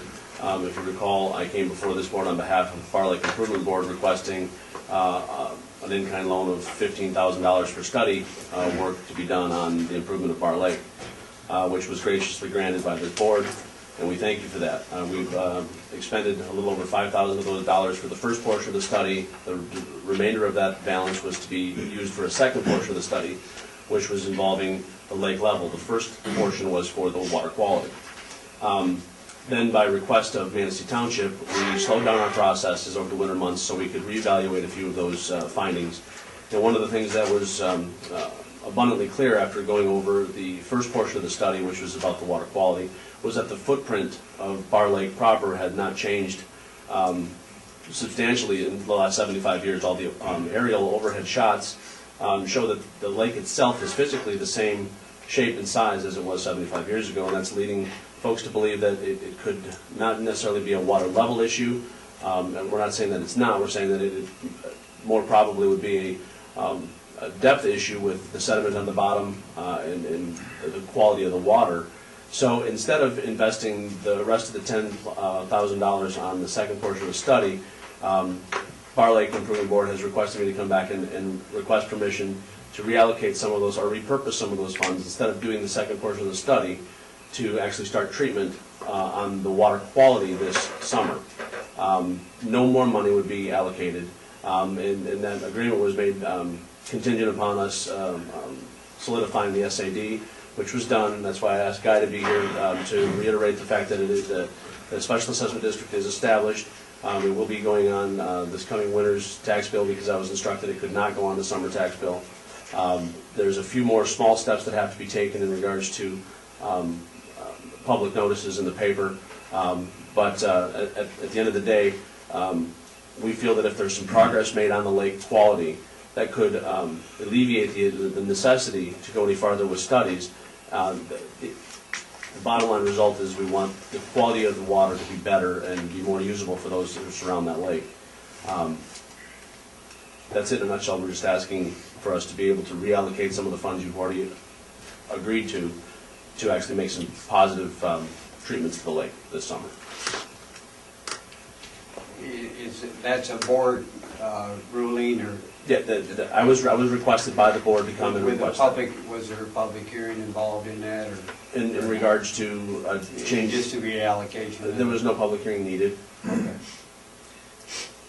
How much is left of those funds, or how much is not spoken for, those funds that we have? Right around $10,000, and we're asking to reallocate just slightly over 5,000 more of what was available. And again, like I said, that could alleviate the necessity for the second portion of the study, and if we determine that the second portion is needed, we would be able to be self-funded by that point. We would no longer need any more resources from the county. So the 15,000, if I remember right, that don't change? That does not change. In fact, we'll probably actually spend less than the 15,000 at this point if we go this route. Was the expenditure of that money actually that specific, that said that you can only use it for these specific purposes? Honestly, I don't recall if it was or not. The reason I came before here is I didn't want to expend county money without permission from the county board. And you've already approved up to $15,000 as an advancement. You are not actually expending these monies. I mean, you're expending them, but then they're under the condition that they be reimbursed through the special assessment district. So as long as you have some type of assurance. I think You're really what loaning. Mr. Schaefer is asking, though, I think, is he says, in the motion that we made for that, was it specific as to what that money could be spent on? You know, I think it had to be, I think it was for lake treatment. Do you remember, Russ, what the? I don't remember exactly what it was for, but I think at that point, they were only asking for the money to do the study. Yeah, the study, I believe. They didn't mention anything about treating the lake at that point. That could be then you probably want to take some action allowing for the reallocation of funds for lake treatment with the condition that the special assessment district be established, and there's a guarantee that the money will be reimbursed through the special assessment district. Correct. Before any money is expended. Any more questions? I'll entertain a motion. Am I allowed to make that motion since I'm the requester? I'll make a motion to allocate the dollars to do treatment on lake and substitute to the special assessment. And what to the special assessment? Establish for the special assessment. Establish. Sub- Establish and guarantee. You want a limit on that, not to exceed the 15,000 or anything like that was Absolutely. put on there before? You should probably Not put that to in there. exceed $15,000. Okay. Will that take care of it? Yes, indeed. I think that will Got work. it. Okay. Do we have a second? You want to support that as one of your last acts? I'll here? support it. Support. Okay, any more discussion? Roll call, please. Mr. Hilliard? Yes. Mr. Krolchak? Yes. Mr. Marshall? Yes. Mr. Schmidt? Yes. Mr. Schaefer? Yes? Mr. Waitner? Absolutely. Mr. Bergstrom? Yes. Okay. Thank you. Thank you. Okay, moving on, 10:40, appointment is Mr. Bentley.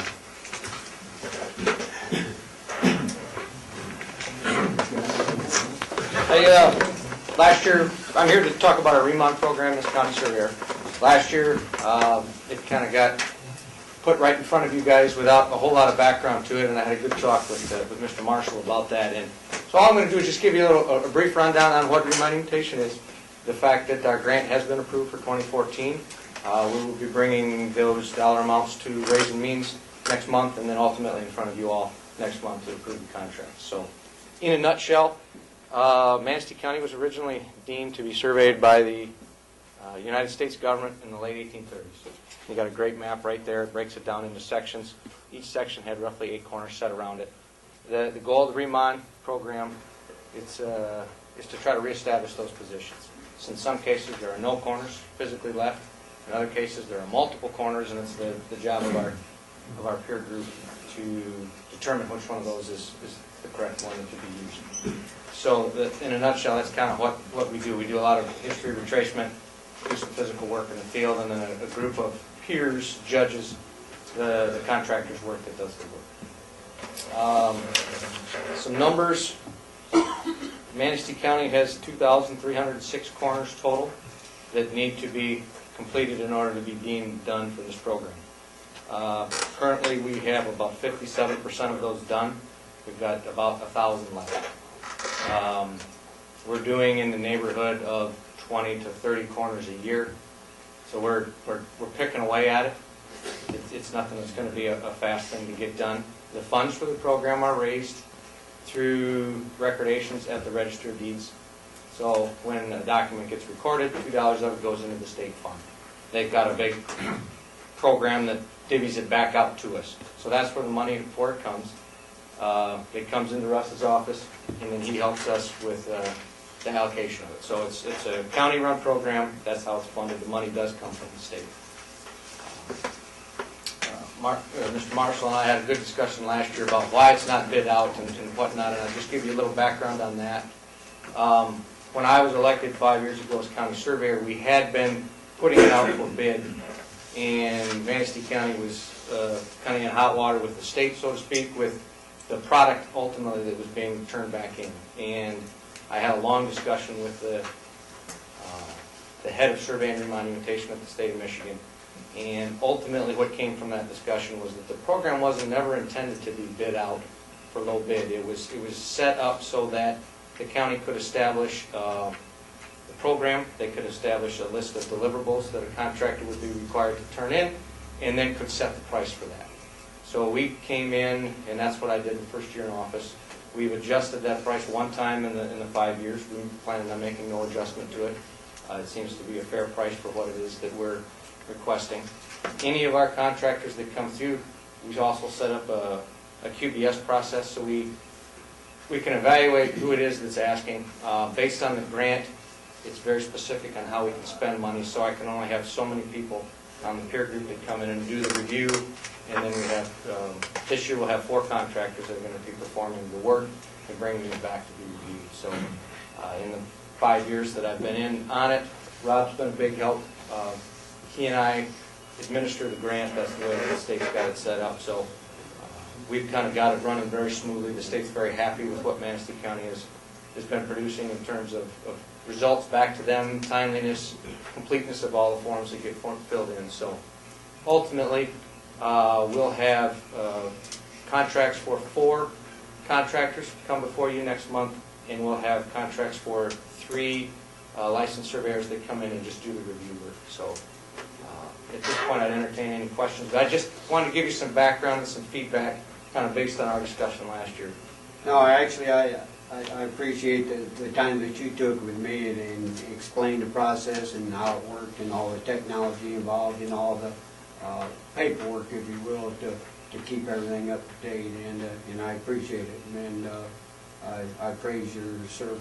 If I could make a comment regarding our program to make you feel a little bit more comfortable. I had an opportunity at a recent meeting to sit next to another county administrator, and we started talking about Remont a little bit.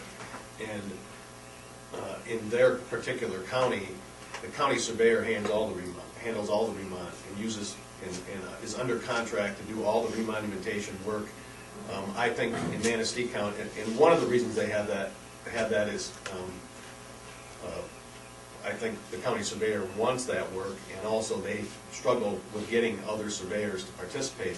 In Manistee, we've had a number of, the work is spread around. I think the program runs real well, the peer group, and with Rob and with Mr. Bentley operating it, I think you should be pretty happy in comparison to how some other county programs are run. So. Thank Yeah. you, Mr. Foreman. Yeah. Like I say, the paperwork alone is... There's an extensive amount of paperwork that goes into the grant and ultimately what we submit to the state. One of the reasons we're way behind also is that, and I won't say way behind, but we only use the money that is provided by the state. Some counties have actually taken general fund dollars and infused it into the program, which you could do, but because of budget constraints, we've only used the state monies that come in And as a result, we get done what we can get done. Yeah, this year. it's a case, we didn't want to put a burden. We knew times were tough, and we had the grant money coming in, and we just have simply used the grant money. The good part about the grant is, this is a county-by-county basis, and obviously, some of the counties have significantly more recordings at their register of deeds than we do here. They've had significantly larger grants, and I believe we've got 1 or 2 counties that are now approaching getting done. When they finish, they go into a maintenance program, which is dollar-wise significant. It's a fraction. It's probably 10% of what they would normally get. Those extra monies go back into the fund, which we did notice this year. Our grant jumped around $18,000, which is great. I think there was, we'll have you may some recall additional this, I remember Mr. Bentley was in front of the board a year or 2 ago, where there's some legislation, actually Ottawa County was pushing really hard. They were one of the counties that stuck all kinds of local money into it, and then they were lobbying the state to get reimbursed for what, am I accurate with that? Yep. They were lobbying the state to get reimbursed for what they would already have done, and in effect, it would have damaged or lessened what we received, and I don't think they won that battle. They didn't. The legislation was defeated, and another solution was found for it. Do you use development activities to determine where you do remonumentation? A little bit. I have talked with the new road commission manager about upcoming projects, and then when I have to sit down and come up with my corner list so that Rob and I can do the grant application. In the future, I'll be working with him so that we can coordinate. If they're going to tear up a section of road, that's a prime time to get in and go dig and try to find any historical evidence prior to it possibly being destroyed for the road.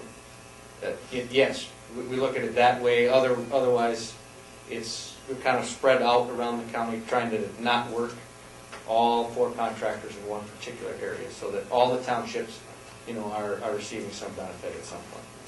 What I'm hearing, Mr. Kaminsky, is that it's not that critical that we push a bunch of money into this and get this done. Is what I'm hearing. Well, I'm not. I don't understand the remonumentation issue all that well, but I don't think so. I think it'd be great if we were done. But the other thing to notice is if you look on the map, the county map behind you, all that green is publicly owned land. Yeah. So it might be a little bit different if we were a lot more private. The one thing that I have done is I have been working with the regional U.S. Forest Service surveyor and the regional Department of Natural Resources surveyor. And they have run, I want to say, in the neighborhood of 150 of these corners through our program in my 5 years, at no cost to the program. One thing that when I was talking to this administrator from another county, what they were doing, what was happening in their county was the county surveyor now is asking for a larger amount of money per corner. And what was happening is, supposedly there are, and Mr. Bentley can confirm or deny this, but supposedly there are easy corners to do and hard corners to do. And when you're paid $450 per corner, and you're making the decisions on what corners to do, you can do the easy ones, collect the money, and then what's happening now is that surveyor is pushing for a higher fee per corner because now the hard ones are. And I don't think we have that in this county. I think it's very well managed. Yeah. You're not offline. It was easy to do the ones in the roads. Yeah, very easy to get to. But something that was significantly off the road did require some additional. And I don't think we have that issue. No, I try to spread it out with the contract that I issue. Should have some that are fairly straightforward, some you might have to work on. So at the end of the day, you're spending roughly what the contract is, and that's the goal. Okay, any other questions? No, I would just say that I believe the program is well managed. So next month we'll have contracts for you guys. He I does just wanted have to get some real back. bad corners he's doing this year. All right, thank you, Mr. Bentley. Thank you. Okay, we're going to take a quick 5-minute break. We have a scheduled appointment here at 11, so everybody be back ready to go at 11.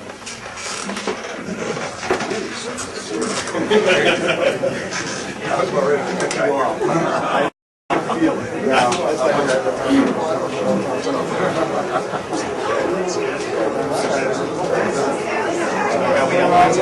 have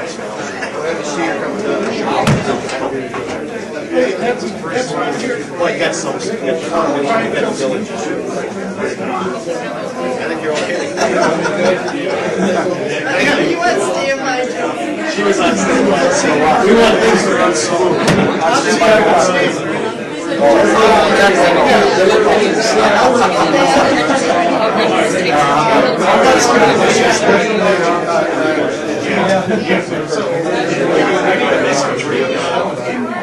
I can't remember.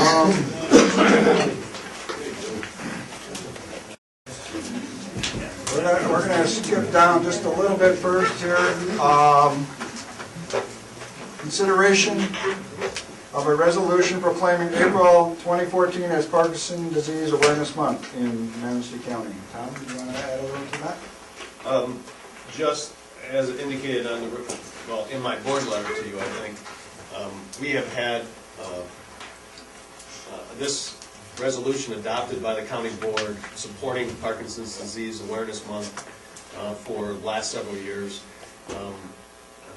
Linda Nicholson was a former county employee who has since retired, who is proposing this resolution. She's here if you have any questions as to what this means to them. But I think it helps raise awareness of Parkinson's disease and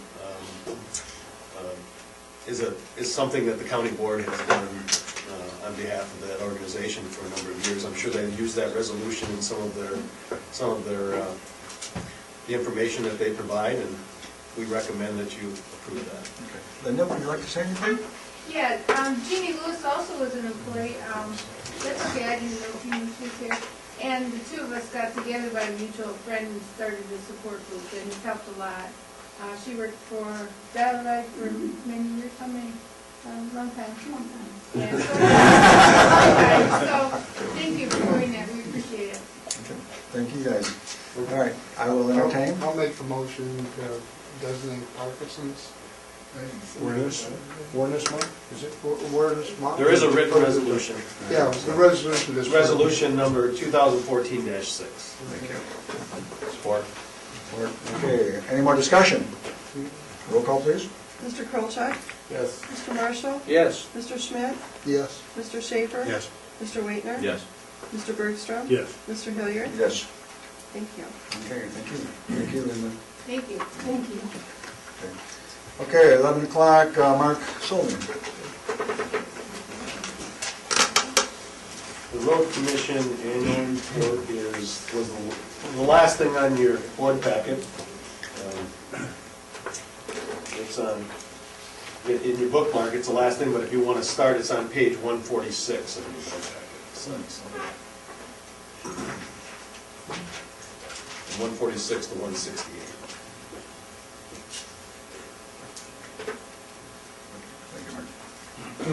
Yes, good morning. Mark Solden from the Road Commission. Thanks for having us here. We have Sally Greco, our chairperson at the Road Commission.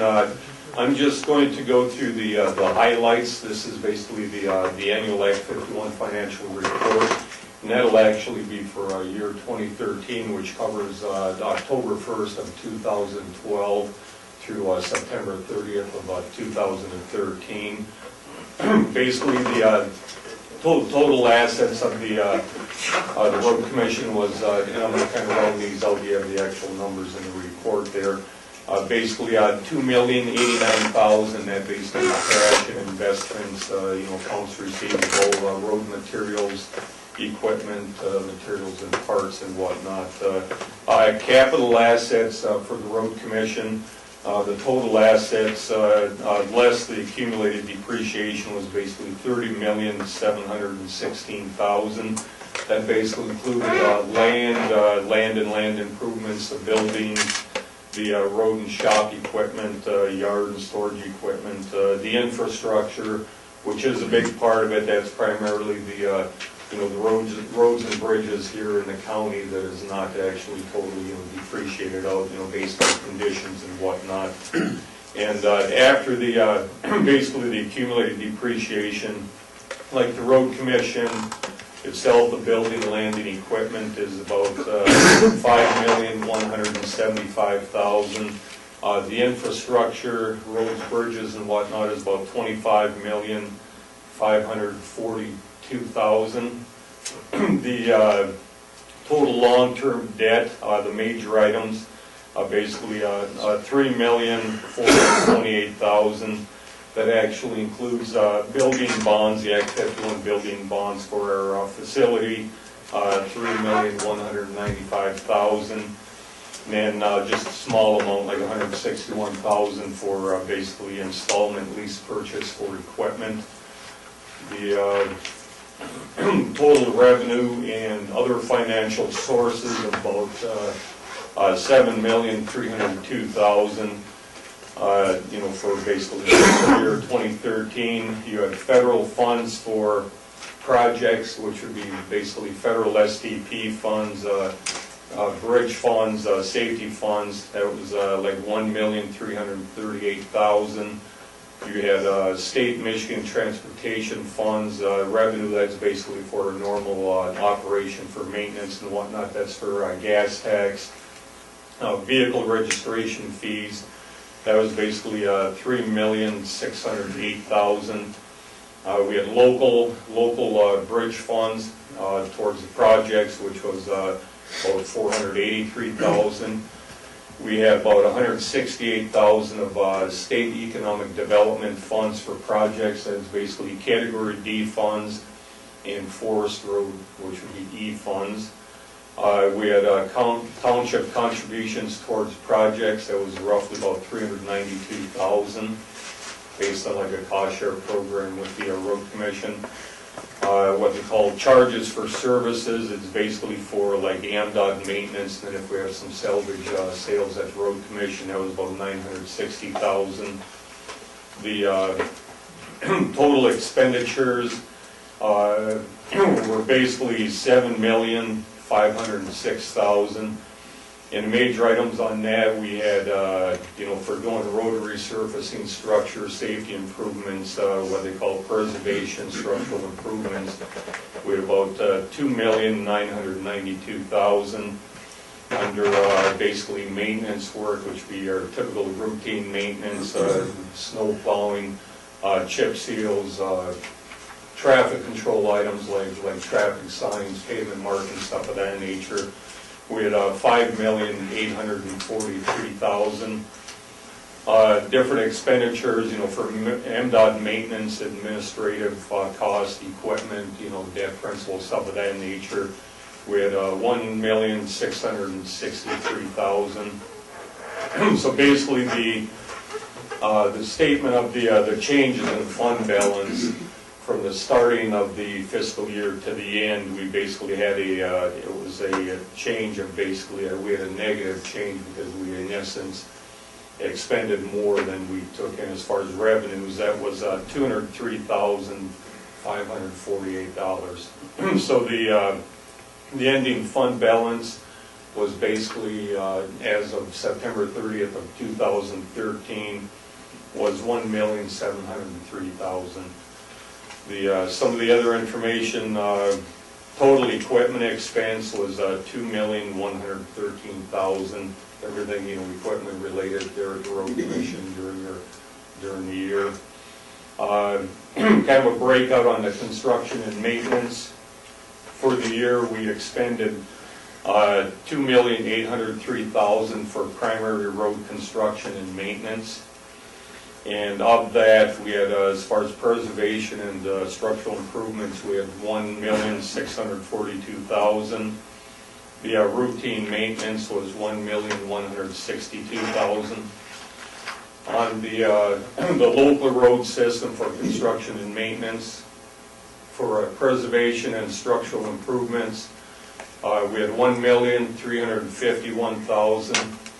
Under the routine maintenance, we had $1,689,000. As far as like accounts receivable, which is primarily the state maintenance contract with the Michigan Department of Transportation, we had a total of $783,000 expended on the state highway system. The capital outlay, basically had a total capital outlay of like $384,000. Then when you take out the actual depreciation and depletion, that was actually at about $538,000.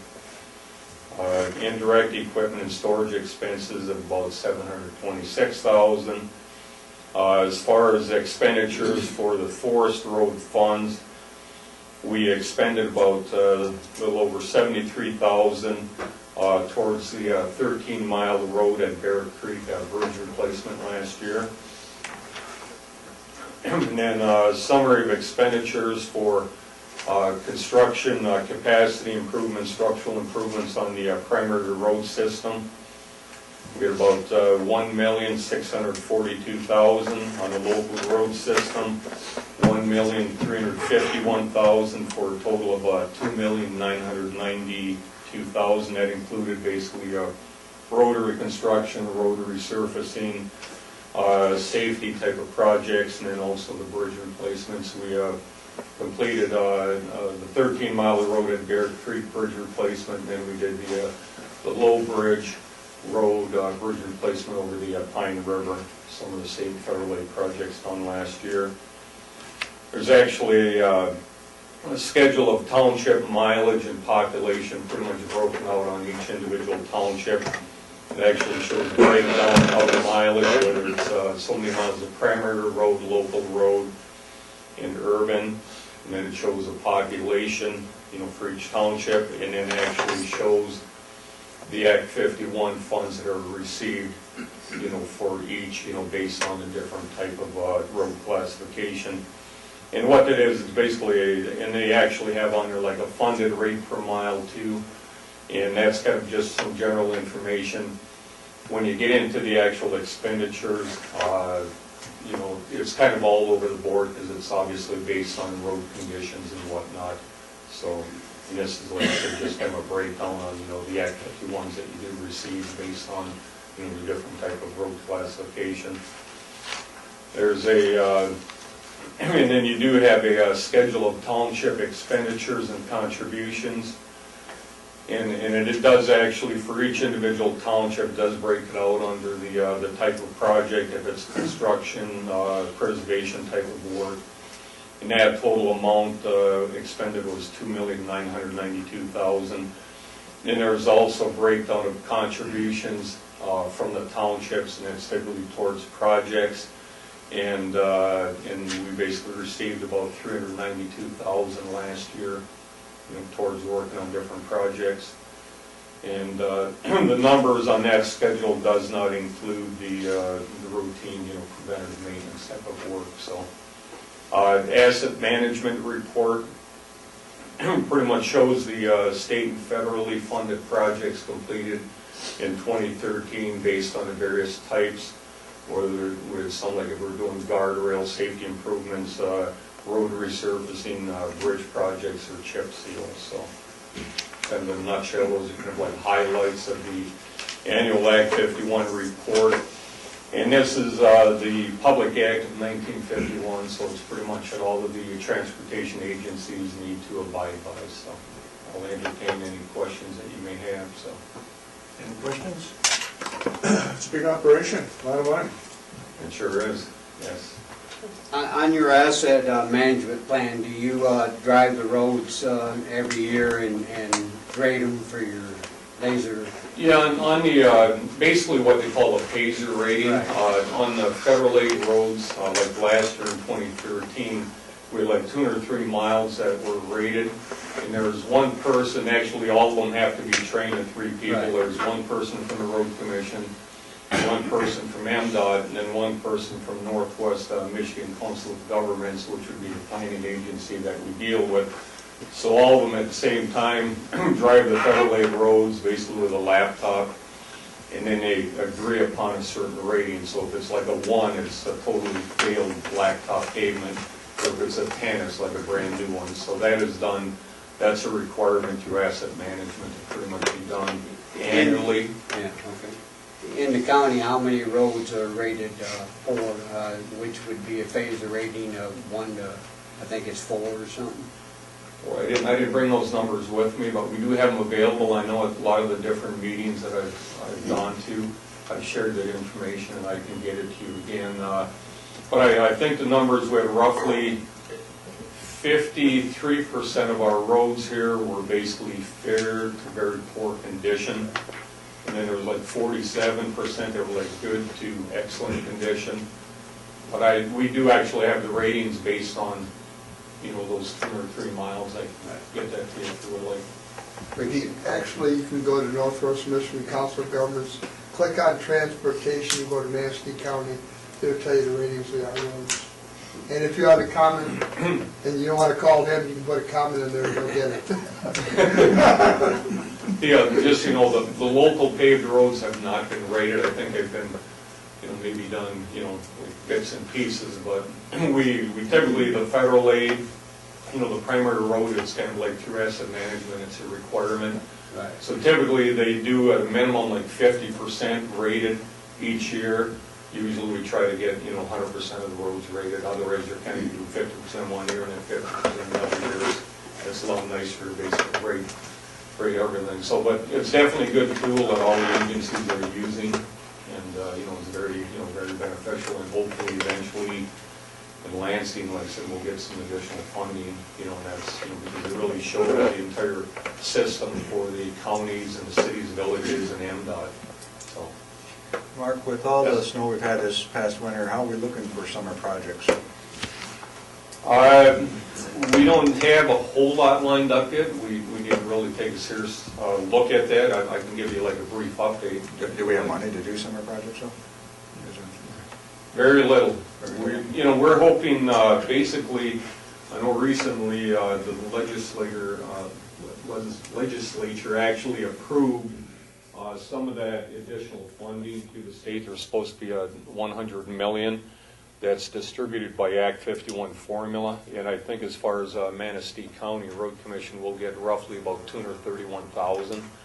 Now with the winter maintenance situation, we've actually, I looked at the numbers actually this morning up to this past Sunday.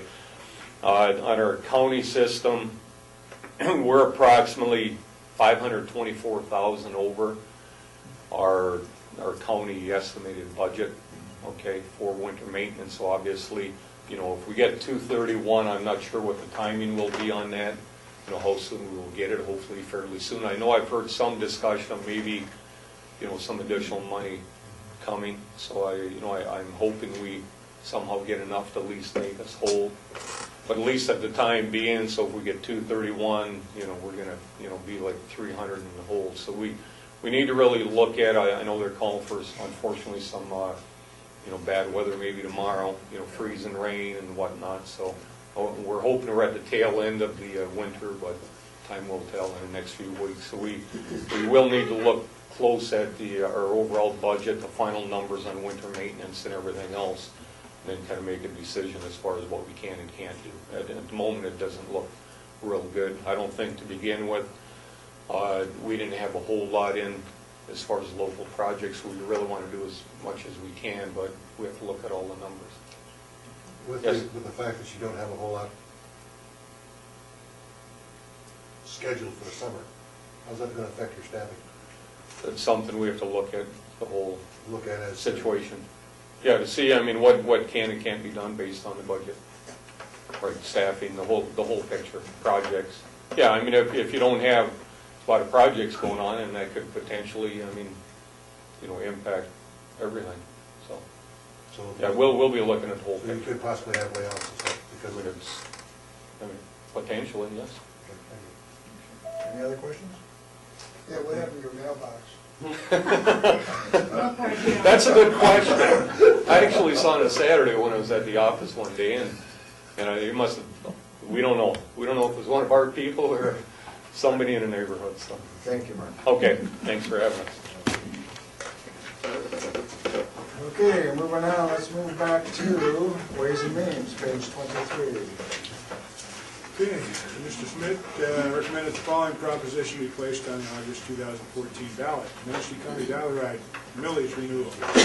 So the previous voted increase in the tax limitation imposed under Article 9, Section 6 of the Michigan Constitution on general ad valorem taxes within Manistee County be renewed at .3300 mils, 33 cents per $1,000 in taxable value for the period of 2014 through 2020. In other words, 7 years. Inclusive for general operation of public transportation services in Manistee County, Michigan. If approved, it's estimated the revenue generated by this proposal in the first calendar year would be $358,804. This is a renewal at the same amount as previous. It's a renewal to keep the dial ride system going. Discussion? I'll entertain a motion. I'll make the motion that we go for the millage renewal for Dial-A-Ride. Support. Okay, motion and support. Any more discussion? Questions? Roll call, please. Mr. Marshall? Yes. Mr. Schmidt? Yes. Mr. Schaefer? Yes. Mr. Waitner? Yes. Mr. Bergstrom? Yes. Mr. Hilliard? Yes. Mr. Kolchak? Yes. Thank you. Sorry you had to wait so long. That's okay. I told you you were that close. If you can keep us going for 7 years, we'll wait for a little while. Thank you. Thank you. Mr. Kolchak recommended the following proposition be placed on the August 2014 ballot. Manistee County Conservation District millage proposition. Shall the tax limitation under Article 9, Section 6 of the Michigan Constitution on general ad valorem taxes within the County of Manistee be increased by up to .100 mils, or 10 cents per $1,000 of taxable value for the period of 2014 through 2018, inclusive, to fund Manistee County Conservation District programs to assist landowners in the protection, enhancement, and restoration of natural resources, including invasive plant species control, household hazardous waste collection, critical dune permit control, and endangered forest restoration within Manistee County, and shall the County of Manistee levy such millage for said purpose, thereby raising in the first year an estimated $108,728. Okay. And that was, just a little background, I guess. That was another, this is another effort on the part of the Manistee County Conservation District to obtain millage for the activities mentioned there. The question did come up at the Ways and Means Committee regarding the increase in terms of what they were going for, which is up, which it went from 0.8 to 0.1. Yeah. This is not a current millage. This would be a brand new millage. This is a new. It's not a renewal. How long ago was the old request? It was on the ballot last time and it lost. Last, a year ago? Or 2 years ago? 2 years ago, I believe. 2 years ago? I think the minutes stated that. So. It was close. It had the numbers there too. The numbers are pretty close. Yeah, it was on the 2012 primary election ballot, and it was defeated 1,907 to 2,144. Okay. That was at 0.8 mils. 0.8 mils, and now they're requesting 1 mil? 0.1. 0.1. Yeah. 0.10. I will entertain a motion. I'll make the motion that we put it on the ballot. I'll second the motion. Okay, we have a motion and a second to put the Manistee County Conservation District millage proposal on the ballot. Any other discussion? Roll call, please. Mr. Schmidt? Yes. Mr. Schaefer? Yes. Mr. Waitner? Yes. Mr. Bergstrom? Yes. Mr. Hilliard? Yes. Mr. Kolchak? Yes. Mr. Marshall? Yes. Thank you. Okay, then the Ways and Means Committee heard the presentation on various applications to the Revenue Sharing Board. You'll see in your minutes there that Manistee County Sheriff's Office is going to request, or has requested, $55,115 for an e-citation electronic ticketing process, equipment, I should say, and program that basically will save significant amount of time for deputies to have to input that information manually more than once. So you probably know more about it than any of us do, probably. I know a little bit about it, yes. Yeah, so it's a pretty neat process. It's certainly anything electronic has got a pretty hefty price tag on it, but and I don't know that he did a cost benefit there, but I think in the long run it's going to save money. But it's a significant initial It's cost. supposed to, my understanding of it, it's supposed to save time too with the district court, because all the information will be automatically sent to them, and there will be a lot less duplication of work. That was mentioned. Yes. Another application from the Manistee County Sheriff's Office for training, precision driving instructor training, and the amount of $4,733. This would be sending a deputy sheriff to the Michigan State Police for precision driving instructor school, which then that individual will be able to instruct other folks, as I understand. Then, the Manistee County Library also has an application in, and that would be for in the main library in the city of Manistee, an upper-level ADA restroom project in the amount of $16,000. There currently is not an ADA restroom in the library, so this would be, I think, a step forward in terms of compliance with the ADA and the benefit of the people of Manistee County, too. This also would fit into proposed plans for improvements to the library, too. Amount, I think I mentioned, was $16,000. Total public safety grant applications recommended forward by the Ways and Means Committee is $75,848. Total offset grant applications, there were none. Other grant applications, Manistee County Probate Court has requested $24,900 for scanning equipment and digitizing records. My understanding is this is becoming a greater requirement in terms of maintenance. I think that's probably state requirements. So they do want to move into digitizing forward and then eventually going back to the old records too. They have prioritized it. Priority 1 was licenses for 3 concurrent users, installation and design, staff training, 1 year of local maintenance support, 2 Fujitsu 6130Z scanners and a server to accommodate this system, including scan data. $23,650 for priority 1. Priority 2 is a public access computer. It would allow the public to access information via the computer too, and that's at $1,250 priority 2. The next one was the Manistee Benzie Central Wellness Network Community Kitchen Project. That would be in the Ironworks. They're requesting $20,000. This would provide partial funding to complete the Manistee Community Kitchen Cafe in the Ironworks, specifically plumbing and electrical needs, and the amount was $20,000.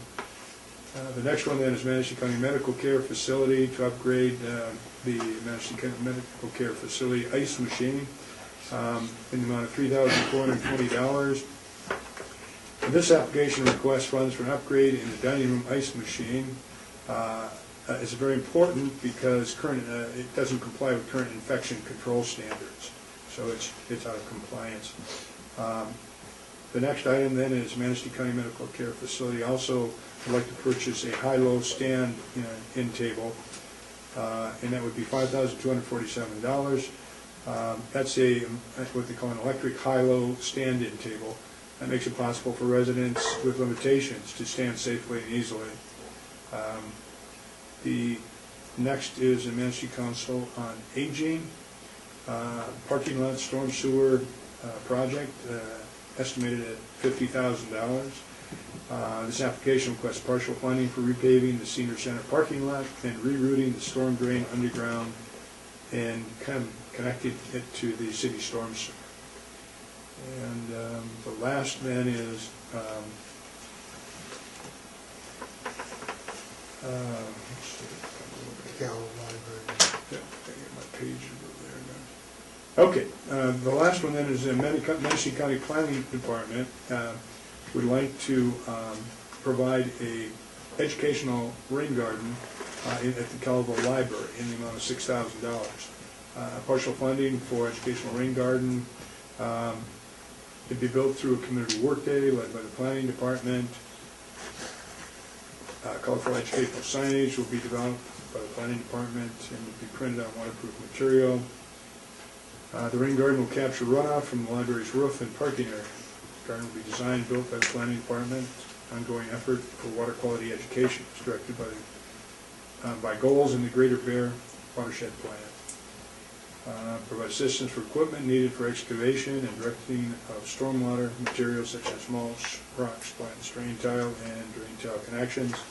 High-quality educational signage for the site, educational materials such as pamphlets and instructional manuals to hand out. Project oversight, design, installation, and education administration. A priority for spending grant funds would be placed on the installation of the garden itself, but inclusion of funding for the signage is also a priority, as the ultimate goal is to focus placement of all the garden as an educational opportunity. The total budget for the project is $8,000, with $2,000 being funded by the applicant through in-kind sources. And that is the total other grants totaling $109,567. Total grant applications submitted by Manistee County were 9 in the amount of $185,415. There was a motion by Mr. Schmidt, supported by Mr. Kolchak, that the county submit all 3 Cycle 1 2014 public safety grant applications and all 6 Cycle 1 2014 other grant applications to the Manistee Local Revenue Sharing Board. And was that a motion or a recommendation? That's a motion. Actually, the Ways and Means Committee has power to act on this. It probably, so these have all been submitted to the Local Revenue Sharing Board. The deadline was March 7th, and that's why the committee has power to act. It's been in the process for several years. What you could do, what you probably should do, though, is take official action to approve these. You could pull one out if you said, we don't like one of these, but you could not add any new ones. So if you said, as a board, I want to pull this one out, I'm sure I can pull it out, but I can't add any new ones because the deadline is passed. Okay. I'll entertain a motion. I'll make the motion. I'll support that. Okay, a motion second. Any more discussion? You want to pull any out? Okay. Roll call, please. Mr. Schaefer? Yes. Mr. Waitner? Yes. Mr. Bergstrom? Yes. Mr. Hilliard? Yes. Mr. Kolchak? Yes. Mr. Marshall? Yes. Mr. Schmidt? Yes. Thank you. That concludes the action items in the Ways and Means Committee report. There are just a couple other things down there. I won't cover those unless you want to cover those. Nope. I'll entertain a motion. I'll make a motion, we accept the Ways and Means report. Support. Okay. Any more discussion? All in favor, say aye. Aye. Opposed? Motion carries. Okay, Public Safety Committee report. Public Safety met on March 5th, 2:30 p.m. We have a couple items for board action. One item is the annual operating and financial plan for FY24 and 15 between the Manistee County Sheriff's Department and the Huron-Manistee National Forest for patrol of the federal forest lands.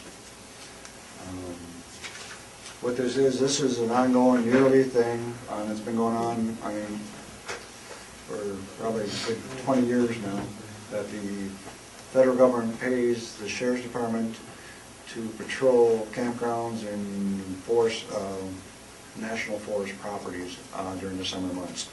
Now, this year, they are paying the Sheriff's Office $5,346 to do that. It's a benefit win-win for everybody involved. We get a little extra patrol when these guys are going from one location to another. So I think it's a good idea. So I'll entertain a motion. I'll make that motion. I'll support that. Okay, I have a motion and support for approval of the 2014-15 annual operating plan to agree 11-LE-110904000-014 between the Manistee County Sheriff's Department and the Huron-Manistee National Forest for patrol of the federal forest lands for fiscal year 2014, and the total amount agreed upon is $5,346. Okay, is that your motion? Yep, I think I did. Your motion? I support Okay. that motion. Any more discussion? Roll call, please. Mr. Waitner? Yes. Mr. Bergstrom? Yes. Mr. Hilliard? Yes. Mr. Kolchak? Yes. Mr. Marshall? Yes. Mr. Schmidt? Yes. Mr. Schaefer? Yes. Thank you. Okay, moving on, we need some action. We asked Mr. Kaminsky to contact the realtors around here to see if anybody was interested in listing the old dog pound property. We had no takers. Okay, so at this time... Because it's such a big That says a lot. So at this time, Big commission sale. I would like a motion from someone here to give Mr. Kaminsky the authority to contact a realtor and get this listed, so maybe we can get this sold. So moved. I'll second it. Okay, any more discussion? Roll call, please. Mr. Bergstrom? Yes. Mr. Hilliard? Yes. Mr. Kolchak? Yes. Mr. Marshall? Yes. Mr. Schmidt? Yes. Mr. Schaefer? With a big bark? Yes. Mr. Waitner? Yes. Thank you. Dog pound's all yours, Tom. That was all, Get rid of it. that was all the items for board action. We did discuss the Senate annual report. The Public Safety Committee asked that Lieutenant Matt Kinzit show up at one of the meetings down the road here and have him actually give us a report. So we're going to set that up down the road. He's scheduled for next month. Okay. And with that, I'll entertain a motion to accept the public safety report. Support? Discussion? Who had the motion? Have the motion. All in favor, say aye. Aye. Opposed? Motion carries. Moving on, technology. I gotta find it. What page is it I love this, I'm faster than the machine. Page 57. on? Okay, 57. 57. I gotta get there.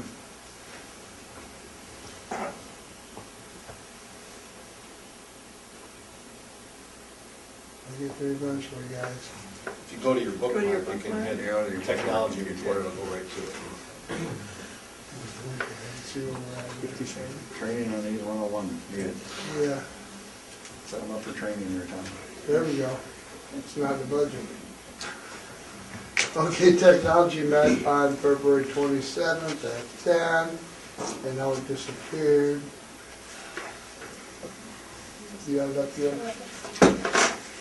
There were no items occurring board action, but we talked a lot, and if you want to read what we had discussed, it's look in your items recording, not recording board action, because every item that we had actually brought up, we had to send back and do some more information on it, some research.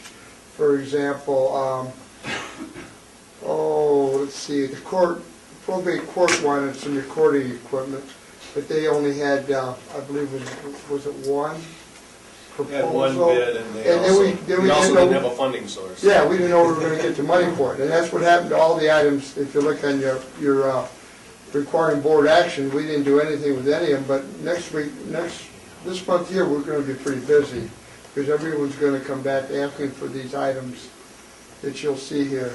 Other than that, we had nothing that we had to approve at that board meeting. These are pretty important items too, and you know, that's part of the reason to send it back to make sure that there's. And most of them, they either didn't have enough money, or we had to figure out where we're gonna get the money from. And I'm not sure we've met on all of these yet, so hopefully we'll get some of that done before the meeting. Okay. Yeah, there was numerous items, just like 4 paragraphs, if the board wants to go over every one of them, or do you Well, want? why don't we go over them when they become an action Yeah, item? next month, we're gonna figure out where we're gonna get the money to purchase what we can purchase.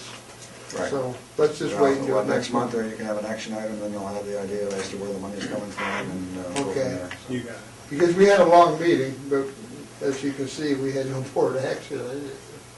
So, I'll entertain a motion to accept the technology report. I'll make that motion. Support? Support. Okay. Any more discussion? All in favor, say aye. Aye. Opposed? Motion carries.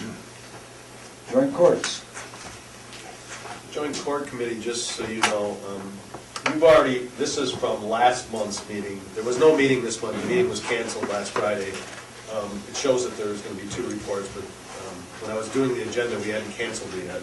Last month's meeting, there was action taken, but you've already dealt with that issue. So really, all you need to do is approve the minutes, I believe, I don't think that was done last month, so.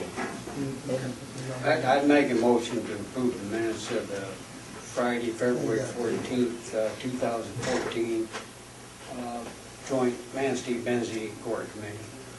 Do I have a second? Support. Support. Discussion? All in favor, say aye. Aye. Opposed? Motion carries. Green team. Green Team met on the 27th of February. Ms. Archer gave her report.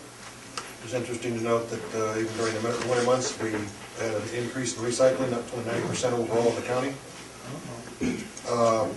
what page are you on? We're on page 84. And some of the big topics of discussion, there were no action items. Ms. Archer was pleased to be notified that her signs were approved and she was going to be able to put some signage on the recycling points to hopefully reduce the, what do you call it? Contamination. The contamination, yeah, okay. Contamination of the sites. Also, there's still a problem between Manistee and Benzie County relative to Benzie folks coming down and using our facilities. I directed Ms. Archer to draft a letter to Benzie and see if we couldn't come to some resolution. There was some discussion about it being as simple as just putting the recycling point, which used to be at an intersection which was comfortable for everybody to get to, putting it back where it was, and that letter was sent, and we're waiting for a response on that. And that pretty much are the key points. The rest of the report is in front of you. I'll entertain a motion. So moved to accept the report. Discussion? All in favor, say aye. Aye. Opposed? Motion carries. Regional Summit Committee report. Any report? There is a written report in your packet that was added yesterday, so it's not a part of your packet. It says, if you go back to your main screen, you'll see RS, whatever. Is there anything requiring board action on that? But there is nothing. Nothing requiring, okay. I think the only thing that the ladies in my office asked that I mentioned today, or that the committee chair mentioned, is that the committee is looking for topics for the regional summit, and they asked that you email my office, Julie or Lisa, with any topics that you think might be good at that meeting in September.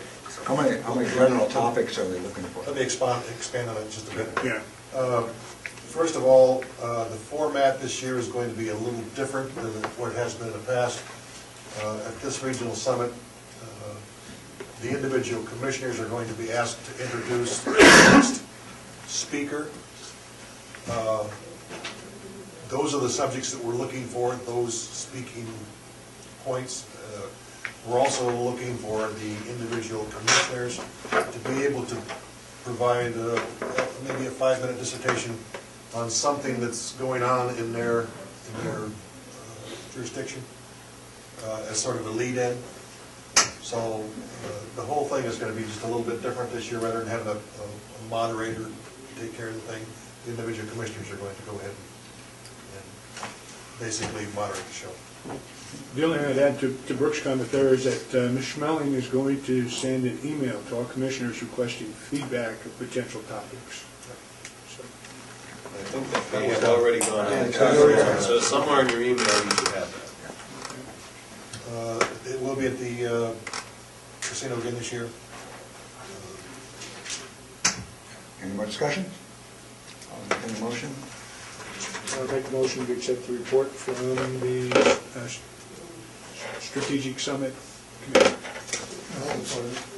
Okay, the motion support. Any more discussion? All in favor, say aye. Aye. Opposed? Motion carries. Mr. Colchak, is that your second? Mr. Colchak. Thank you. Yeah. County Controller. Any?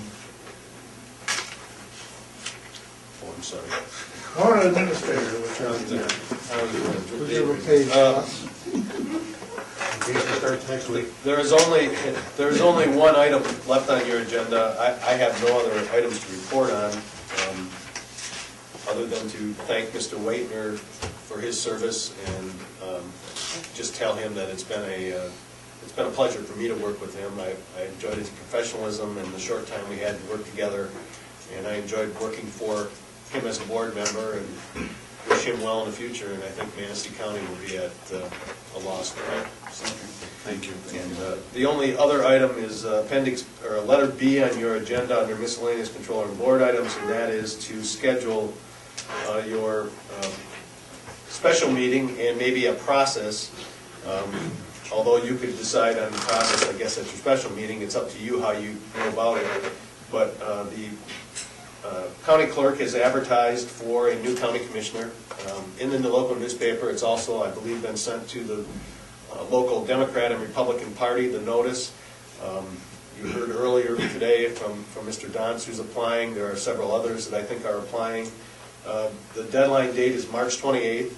I think you have until April 19th, I believe, or something, Yes. April 18th, which is Good Friday, to make an appointment, which would avoid a special election. Well, his, yeah, okay, because his resignation is March 20th, so April 20th, or no?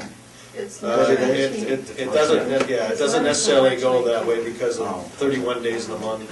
Says April 18th in here, yeah. So you can, So what's the date? April 18th is the last day. April 18th is the last time. I would recommend, and I think Jill would probably agree with me, that I don't think you'd want to wait until April 17th, just in case you have an issue where you say, we want to have another special meeting because we can't get this done today. Remember, you're going to have 6 commissioners voting on this, so there is potential for a tie, and so you need to be able to have time.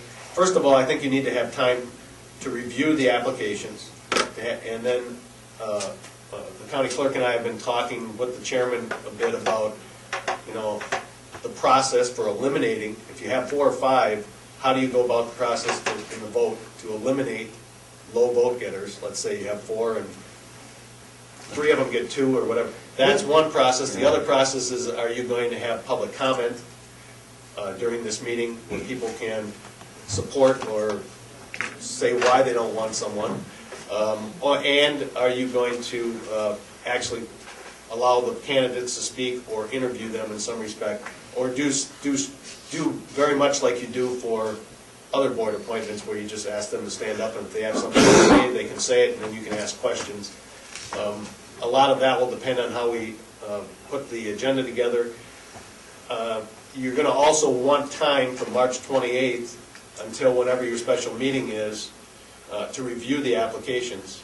So I would suggest that you don't make the meeting March 29th because you won't have time. How long will it take you to prepare those for us? I was looking at the calendar, and I would think that you would want a week between March 28th and your meeting, so that at least a week, so that I can get the applications from the county clerk, put the agenda together, which will take me just a few hours, or not even a few hours, and we will get the packet to you, and then give you several days to look at it, and probably have phone calls from candidates and everything else. So there's probably a fair amount of work you're going to want to do on your own.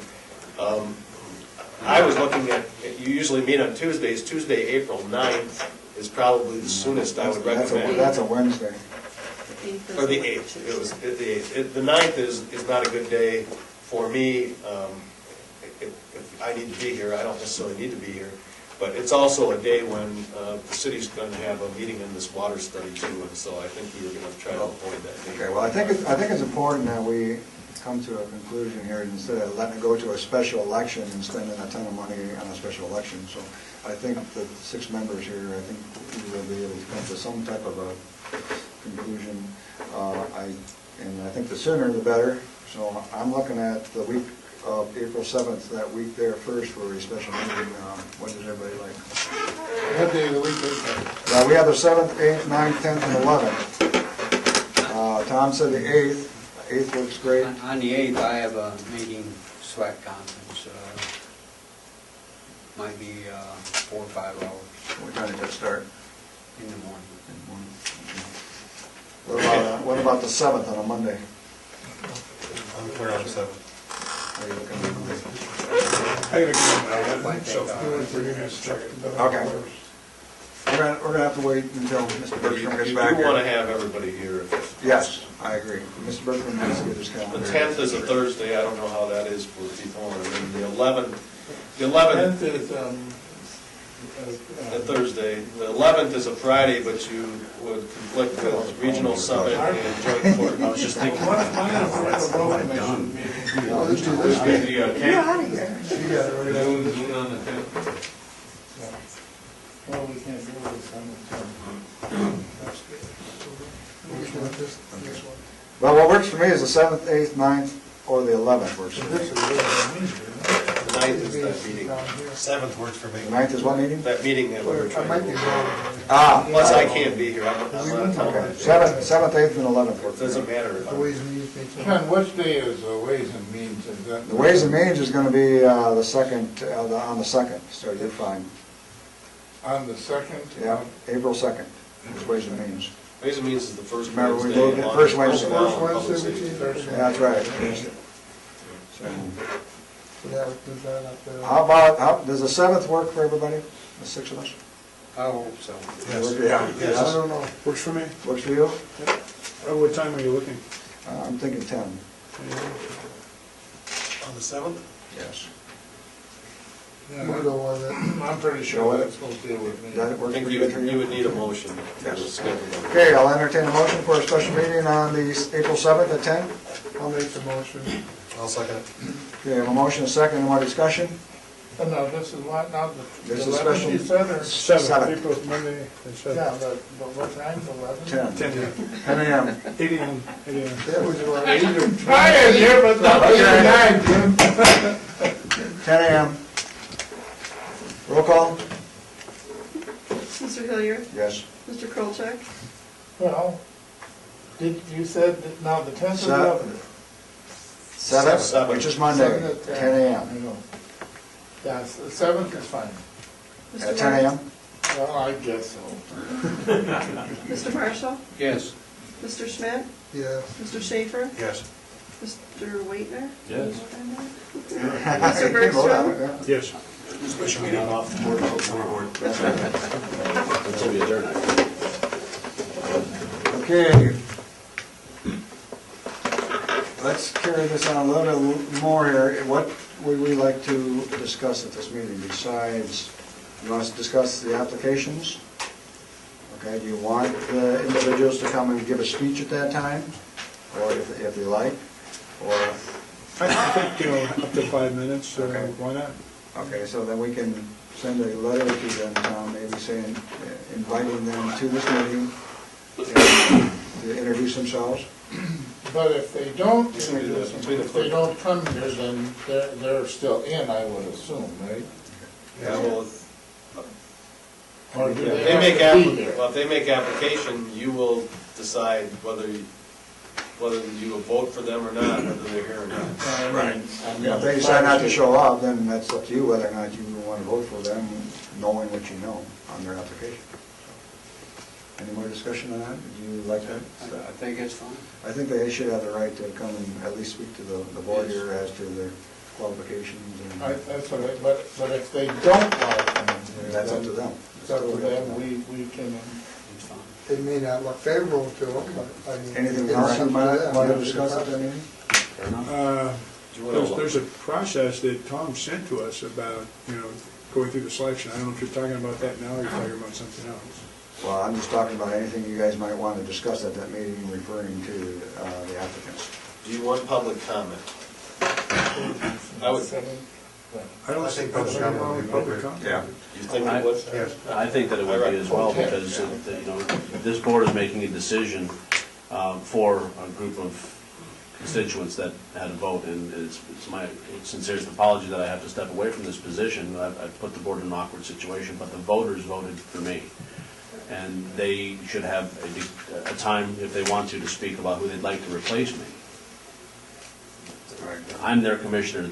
Your replacement that you select will be their commissioner. Just my thoughts. No, I agree 100% with that. Anything else? Okay. Have we talked about what process we're gonna use now? No, we haven't talked about the process yet, that's next year. So as long as we're clear on everything else, we'll look at the process. So we got, 3 things. The applicants can make a 5-minute presentation. Correct. They can have other folks, or other Public people in the comment. public can make comments up to 5 minutes too. So it's just those 2 things then? Is that right? Yeah. In the process. Well, don't we always go for a majority or? Well, it's going to be the majority. It's going to take at least 4 votes to make the majority. So the process of how that's obtained, though, we can discuss right now. Tom, what page is that on again, that Mason County? 125. And I crossed off the bottom portion because the county clerk and I both spoke about that, and the statute, I don't think, allows you to do that. You could do that when you're appointing members to the road commission or to the central wellness board or library board. You could say, if we have a tie, we're going to pick one out of a hat. You could agree to that in your board rules, but the statute, correct me if I'm wrong, Jill, the statute says that if you can't make a decision in 30 days, it goes to special election. That doesn't mean that you can then expand the process. And we haven't really talked to the prosecutor about that, but I don't think that you would want a tie vote to go to a draw. So I pulled that out because this is Mason County's process, and what you want to do is avoid a situation where you haven't decided in advance. Let's say you have 4 candidates, and 3 of the candidates receive 2 votes apiece, and 1 candidate receives 0 votes. Are you going to then, well, that's a bad example because you still have only 3 left, but let's say you had ended up with two people with 2 votes each, and one with 1 and 1 with 0. So that, or 2 people with 1 apiece. So then do you want to eliminate those 2 bottom people? If you look at the Mason County, the way they do it, it's a little different than even the way you've done it in the past. It's similar, though. It's similar, but do you want to use that process exactly, or do you want to change it, or how? Because I guess that's what. Why don't we all look at it once? At some point, you have to eliminate, so I don't have a problem with that. It's a page 125. The difference between what Mason County does and what you've done in the past is, that I see, is that if a person does not receive 4 votes, and that's what's going to be required, 4 votes for appointment, then you go to elimination procedure. At this time, the board will vote for 3 of the applicants. So if you had 4 applicants and you drop one, or if no one receives, if you have 4 applicants and no one receives enough votes, you'd then vote for 3 of the applicants the next time. You'd say Mr. Such and Such, Mrs. Such and Such, and Mr. Such and Such, and then those 3, the ones with the largest number of votes will then be placed in the nomination. Thereafter, by roll call vote, each member would vote for 1 of the 3 applicants. That's pretty simple. Then you just go around until you get 4, right? So you go 1 vote, and then you go another vote. Well, you'd start off with everybody voting, and if you don't get a majority, then the next time, everyone would vote for 3 candidates. And then the top 3 would then be nominated, and then those 3 would be voted on. And then if you don't get 4 votes in that, then you vote for 2 the next time, I think. Isn't that how that works? That's right, that's what that says. And then eventually, you're going to get down to 2 candidates, and you could still end up with a 3-3 vote, but hopefully you do not.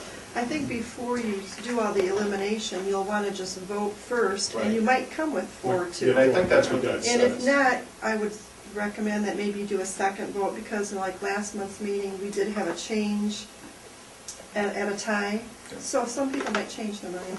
So you can maybe try that first, and then the elimination, and you still end up a tie at the end, then. Does that sound good to you And guys? if the vote ends up 3 to 2 to 1, if you have 3 candidates, or even 4 candidates, and it's 3 to 2 to 1 to 0, that is not an appointment. Correct. That would. Now, Joe, how many do you have now? I don't need to know who they are. Well, they have till the 28th, so we're not even going to discuss So that. No, we won't know that until after the 28th as to how many candidates we have, because someone could wait till the last minute, okay? So that's not even on the board for discussion. What we want to know right now is what procedure we're going to use to appoint this position here. I think the procedure set forth by the administrators will be effective for us, and I would make a motion that we do that. That's support that. Okay, are you though, I'm sorry. Well, I just want to make sure it's clarified here. Okay, this one here, now do you want to vote first? Just Vote first, one yes. vote, one vote around to see how we do? And if there's an issue, then we go from there. And then we go from there. Well, what the county clerk was recommending though, a minute ago, was that you go twice around first, just to see if there's a change of heart from somebody. Exactly. And that's what, is that good with the motion? Is that good with your? Yeah, that would be a change from this a little bit. Right. And if someone received 4 votes first time around, then it's done. It's done, that's correct. That's correct. So, No problem. is that good with everybody? Okay, that's the procedure we're gonna use then for the. So you're gonna go 2 votes, Yep. no rounds, Yep. and then you follow this procedure. Then we're gonna follow this We'll put procedure. that procedure on paper. That's correct. Okay. Okay, if everybody's good with that. Okay. Do a roll call. We have the motion. Mr. Krolchak? Well, we just discussed here the motion. Yes. How we're gonna vote. Mr. Marshall? Yes. Mr. Schmidt? Yes. Mr. Schaefer? Yes. Mr. Waitner? Yes. Mr. Bergstrom? Yes. Mr. Hilliard? Yes. Okay, very good. Okay, with that, we just have left individual commissioners. Mr. Kolchak, anything to say? I'm just gonna let Tom take this so that you can tell us what we're gonna do now with this max thing. This coming weekend, there are 5 of us going? 4, but Mr. Marshall, Mr. Hilliard, Mr. Schmidt, Mr. Kolchak, and myself are going, so there's 5 of us. I have a county car reserved that would hold 4 people. I actually have a second one if we needed the second one, but I understand some have to leave at different times. So my plan is to leave here probably about 11 o'clock or 10 o'clock in the morning on Monday. I have signed all of you up for a 2 o'clock campaign seminar if you want to attend it. That's the only thing going on other than a couple of board meetings that you normally wouldn't attend. So you check into the hotel, go to that campaign if you feel like it, and then go register with MAC either Tuesday morning or Monday night before 5 o'clock. And then Tuesday is an all-day. There's activities all day, and then Wednesday the activities only go till noon. So, or till after the lunch hour. I believe the governor is actually scheduled to speak in the afternoon or at lunch. At least he's been invited. At least he's been invited. So I don't know if that's still on the agenda or not. They always put that he's been invited. And then Wednesday afternoon we would come home, or if other commissioners have to leave earlier than that, they can. So,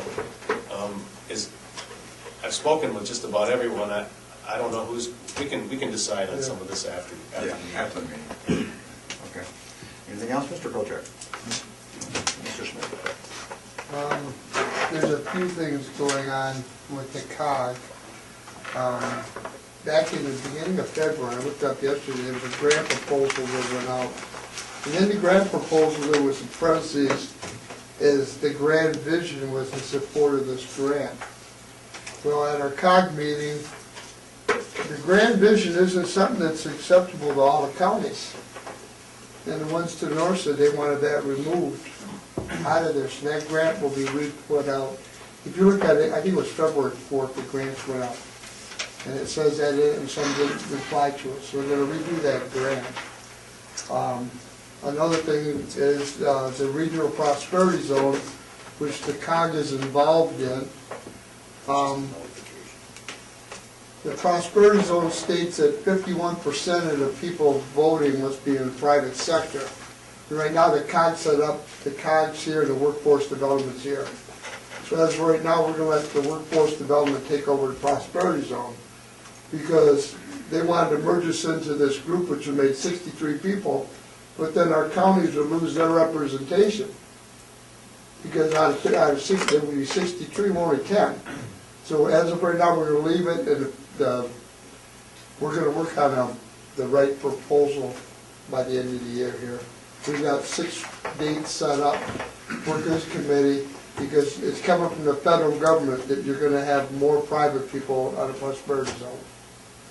So that's what's happening at the COG level.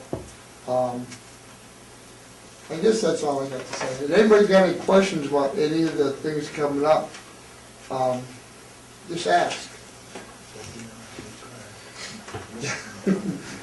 Yeah, I'm all set. Mr. Bergstrom? Well, I just want to thank Carl for serving on the county board. He's been a team player. He's been a good guy to work with. He's come up with some good ideas on things. And you will be missed, and wish you the best. Thank you. Anything else? I'm saving you for last. Mr. Schaefer. I'd just like to echo Mr. Bergstrom's, the thing I'm saddest about is, we're losing a young guy. Yeah. What do you mean? That makes me the youngest. He's the load guy. Who's going to shoulder the load now, for God's sakes? Carry the luggage. Anything else, Mr. Schaefer? Anything else, Mr. Schaefer? No. No? Same thing, good luck to Carl. I really appreciate his service and the community. I'm sure we appreciate your service and we'll miss you. Thank you. Carl, I just want to say, congratulations on your new position. Thank you. Hopefully it works out well for you. And that we worked well together, I thought, so it's going to be tough to replace you. So. Very much so. Guess it's up to, is it? Well, we're going to ask Jill. Jill if she wants to say anything. Well, I just want to thank you too. You've been great to work with. I also want to remind the commissioners that if you have not picked up your candidate filing packet, if you're going to run in the August primary, that deadline is April 22nd, and I think I sent all of you an email. I haven't seen all of you yet, but that's up to you guys. But anyway, those packets are still available in my office. If you would, just a reminder. I hate to say this, but Tom, do you want to say anything? I have nothing. Because I know if I do. Okay. Mr. Whitner. Well, thanks everyone for all the kind words, and it is very bittersweet as I say farewell to the Board of Commissioners and Manistee County. It has been an amazing experience. It's been everything I expected it to be and more. It was educational, it was exciting, frustrating at times as it's supposed to be, but I truly enjoyed this, and it was not in my intention at all to have to walk away.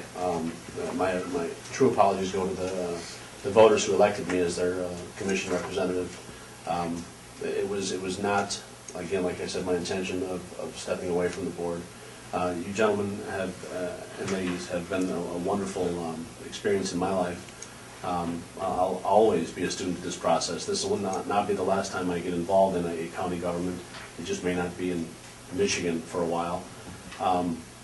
You guys have a pretty impressive responsibility. I don't know. I'm sure that it's happened before, but I wish you well on that decision. I'm sure you'll make a great decision because this board does work well together. The political lines go away when we make decisions, and I'm very proud of that fact. I've been proud to be a part of this board. I'm a better person for having known each of you, so thank you.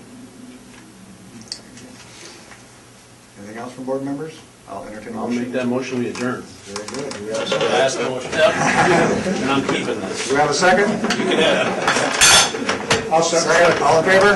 Aye. Opposed? We are adjourned.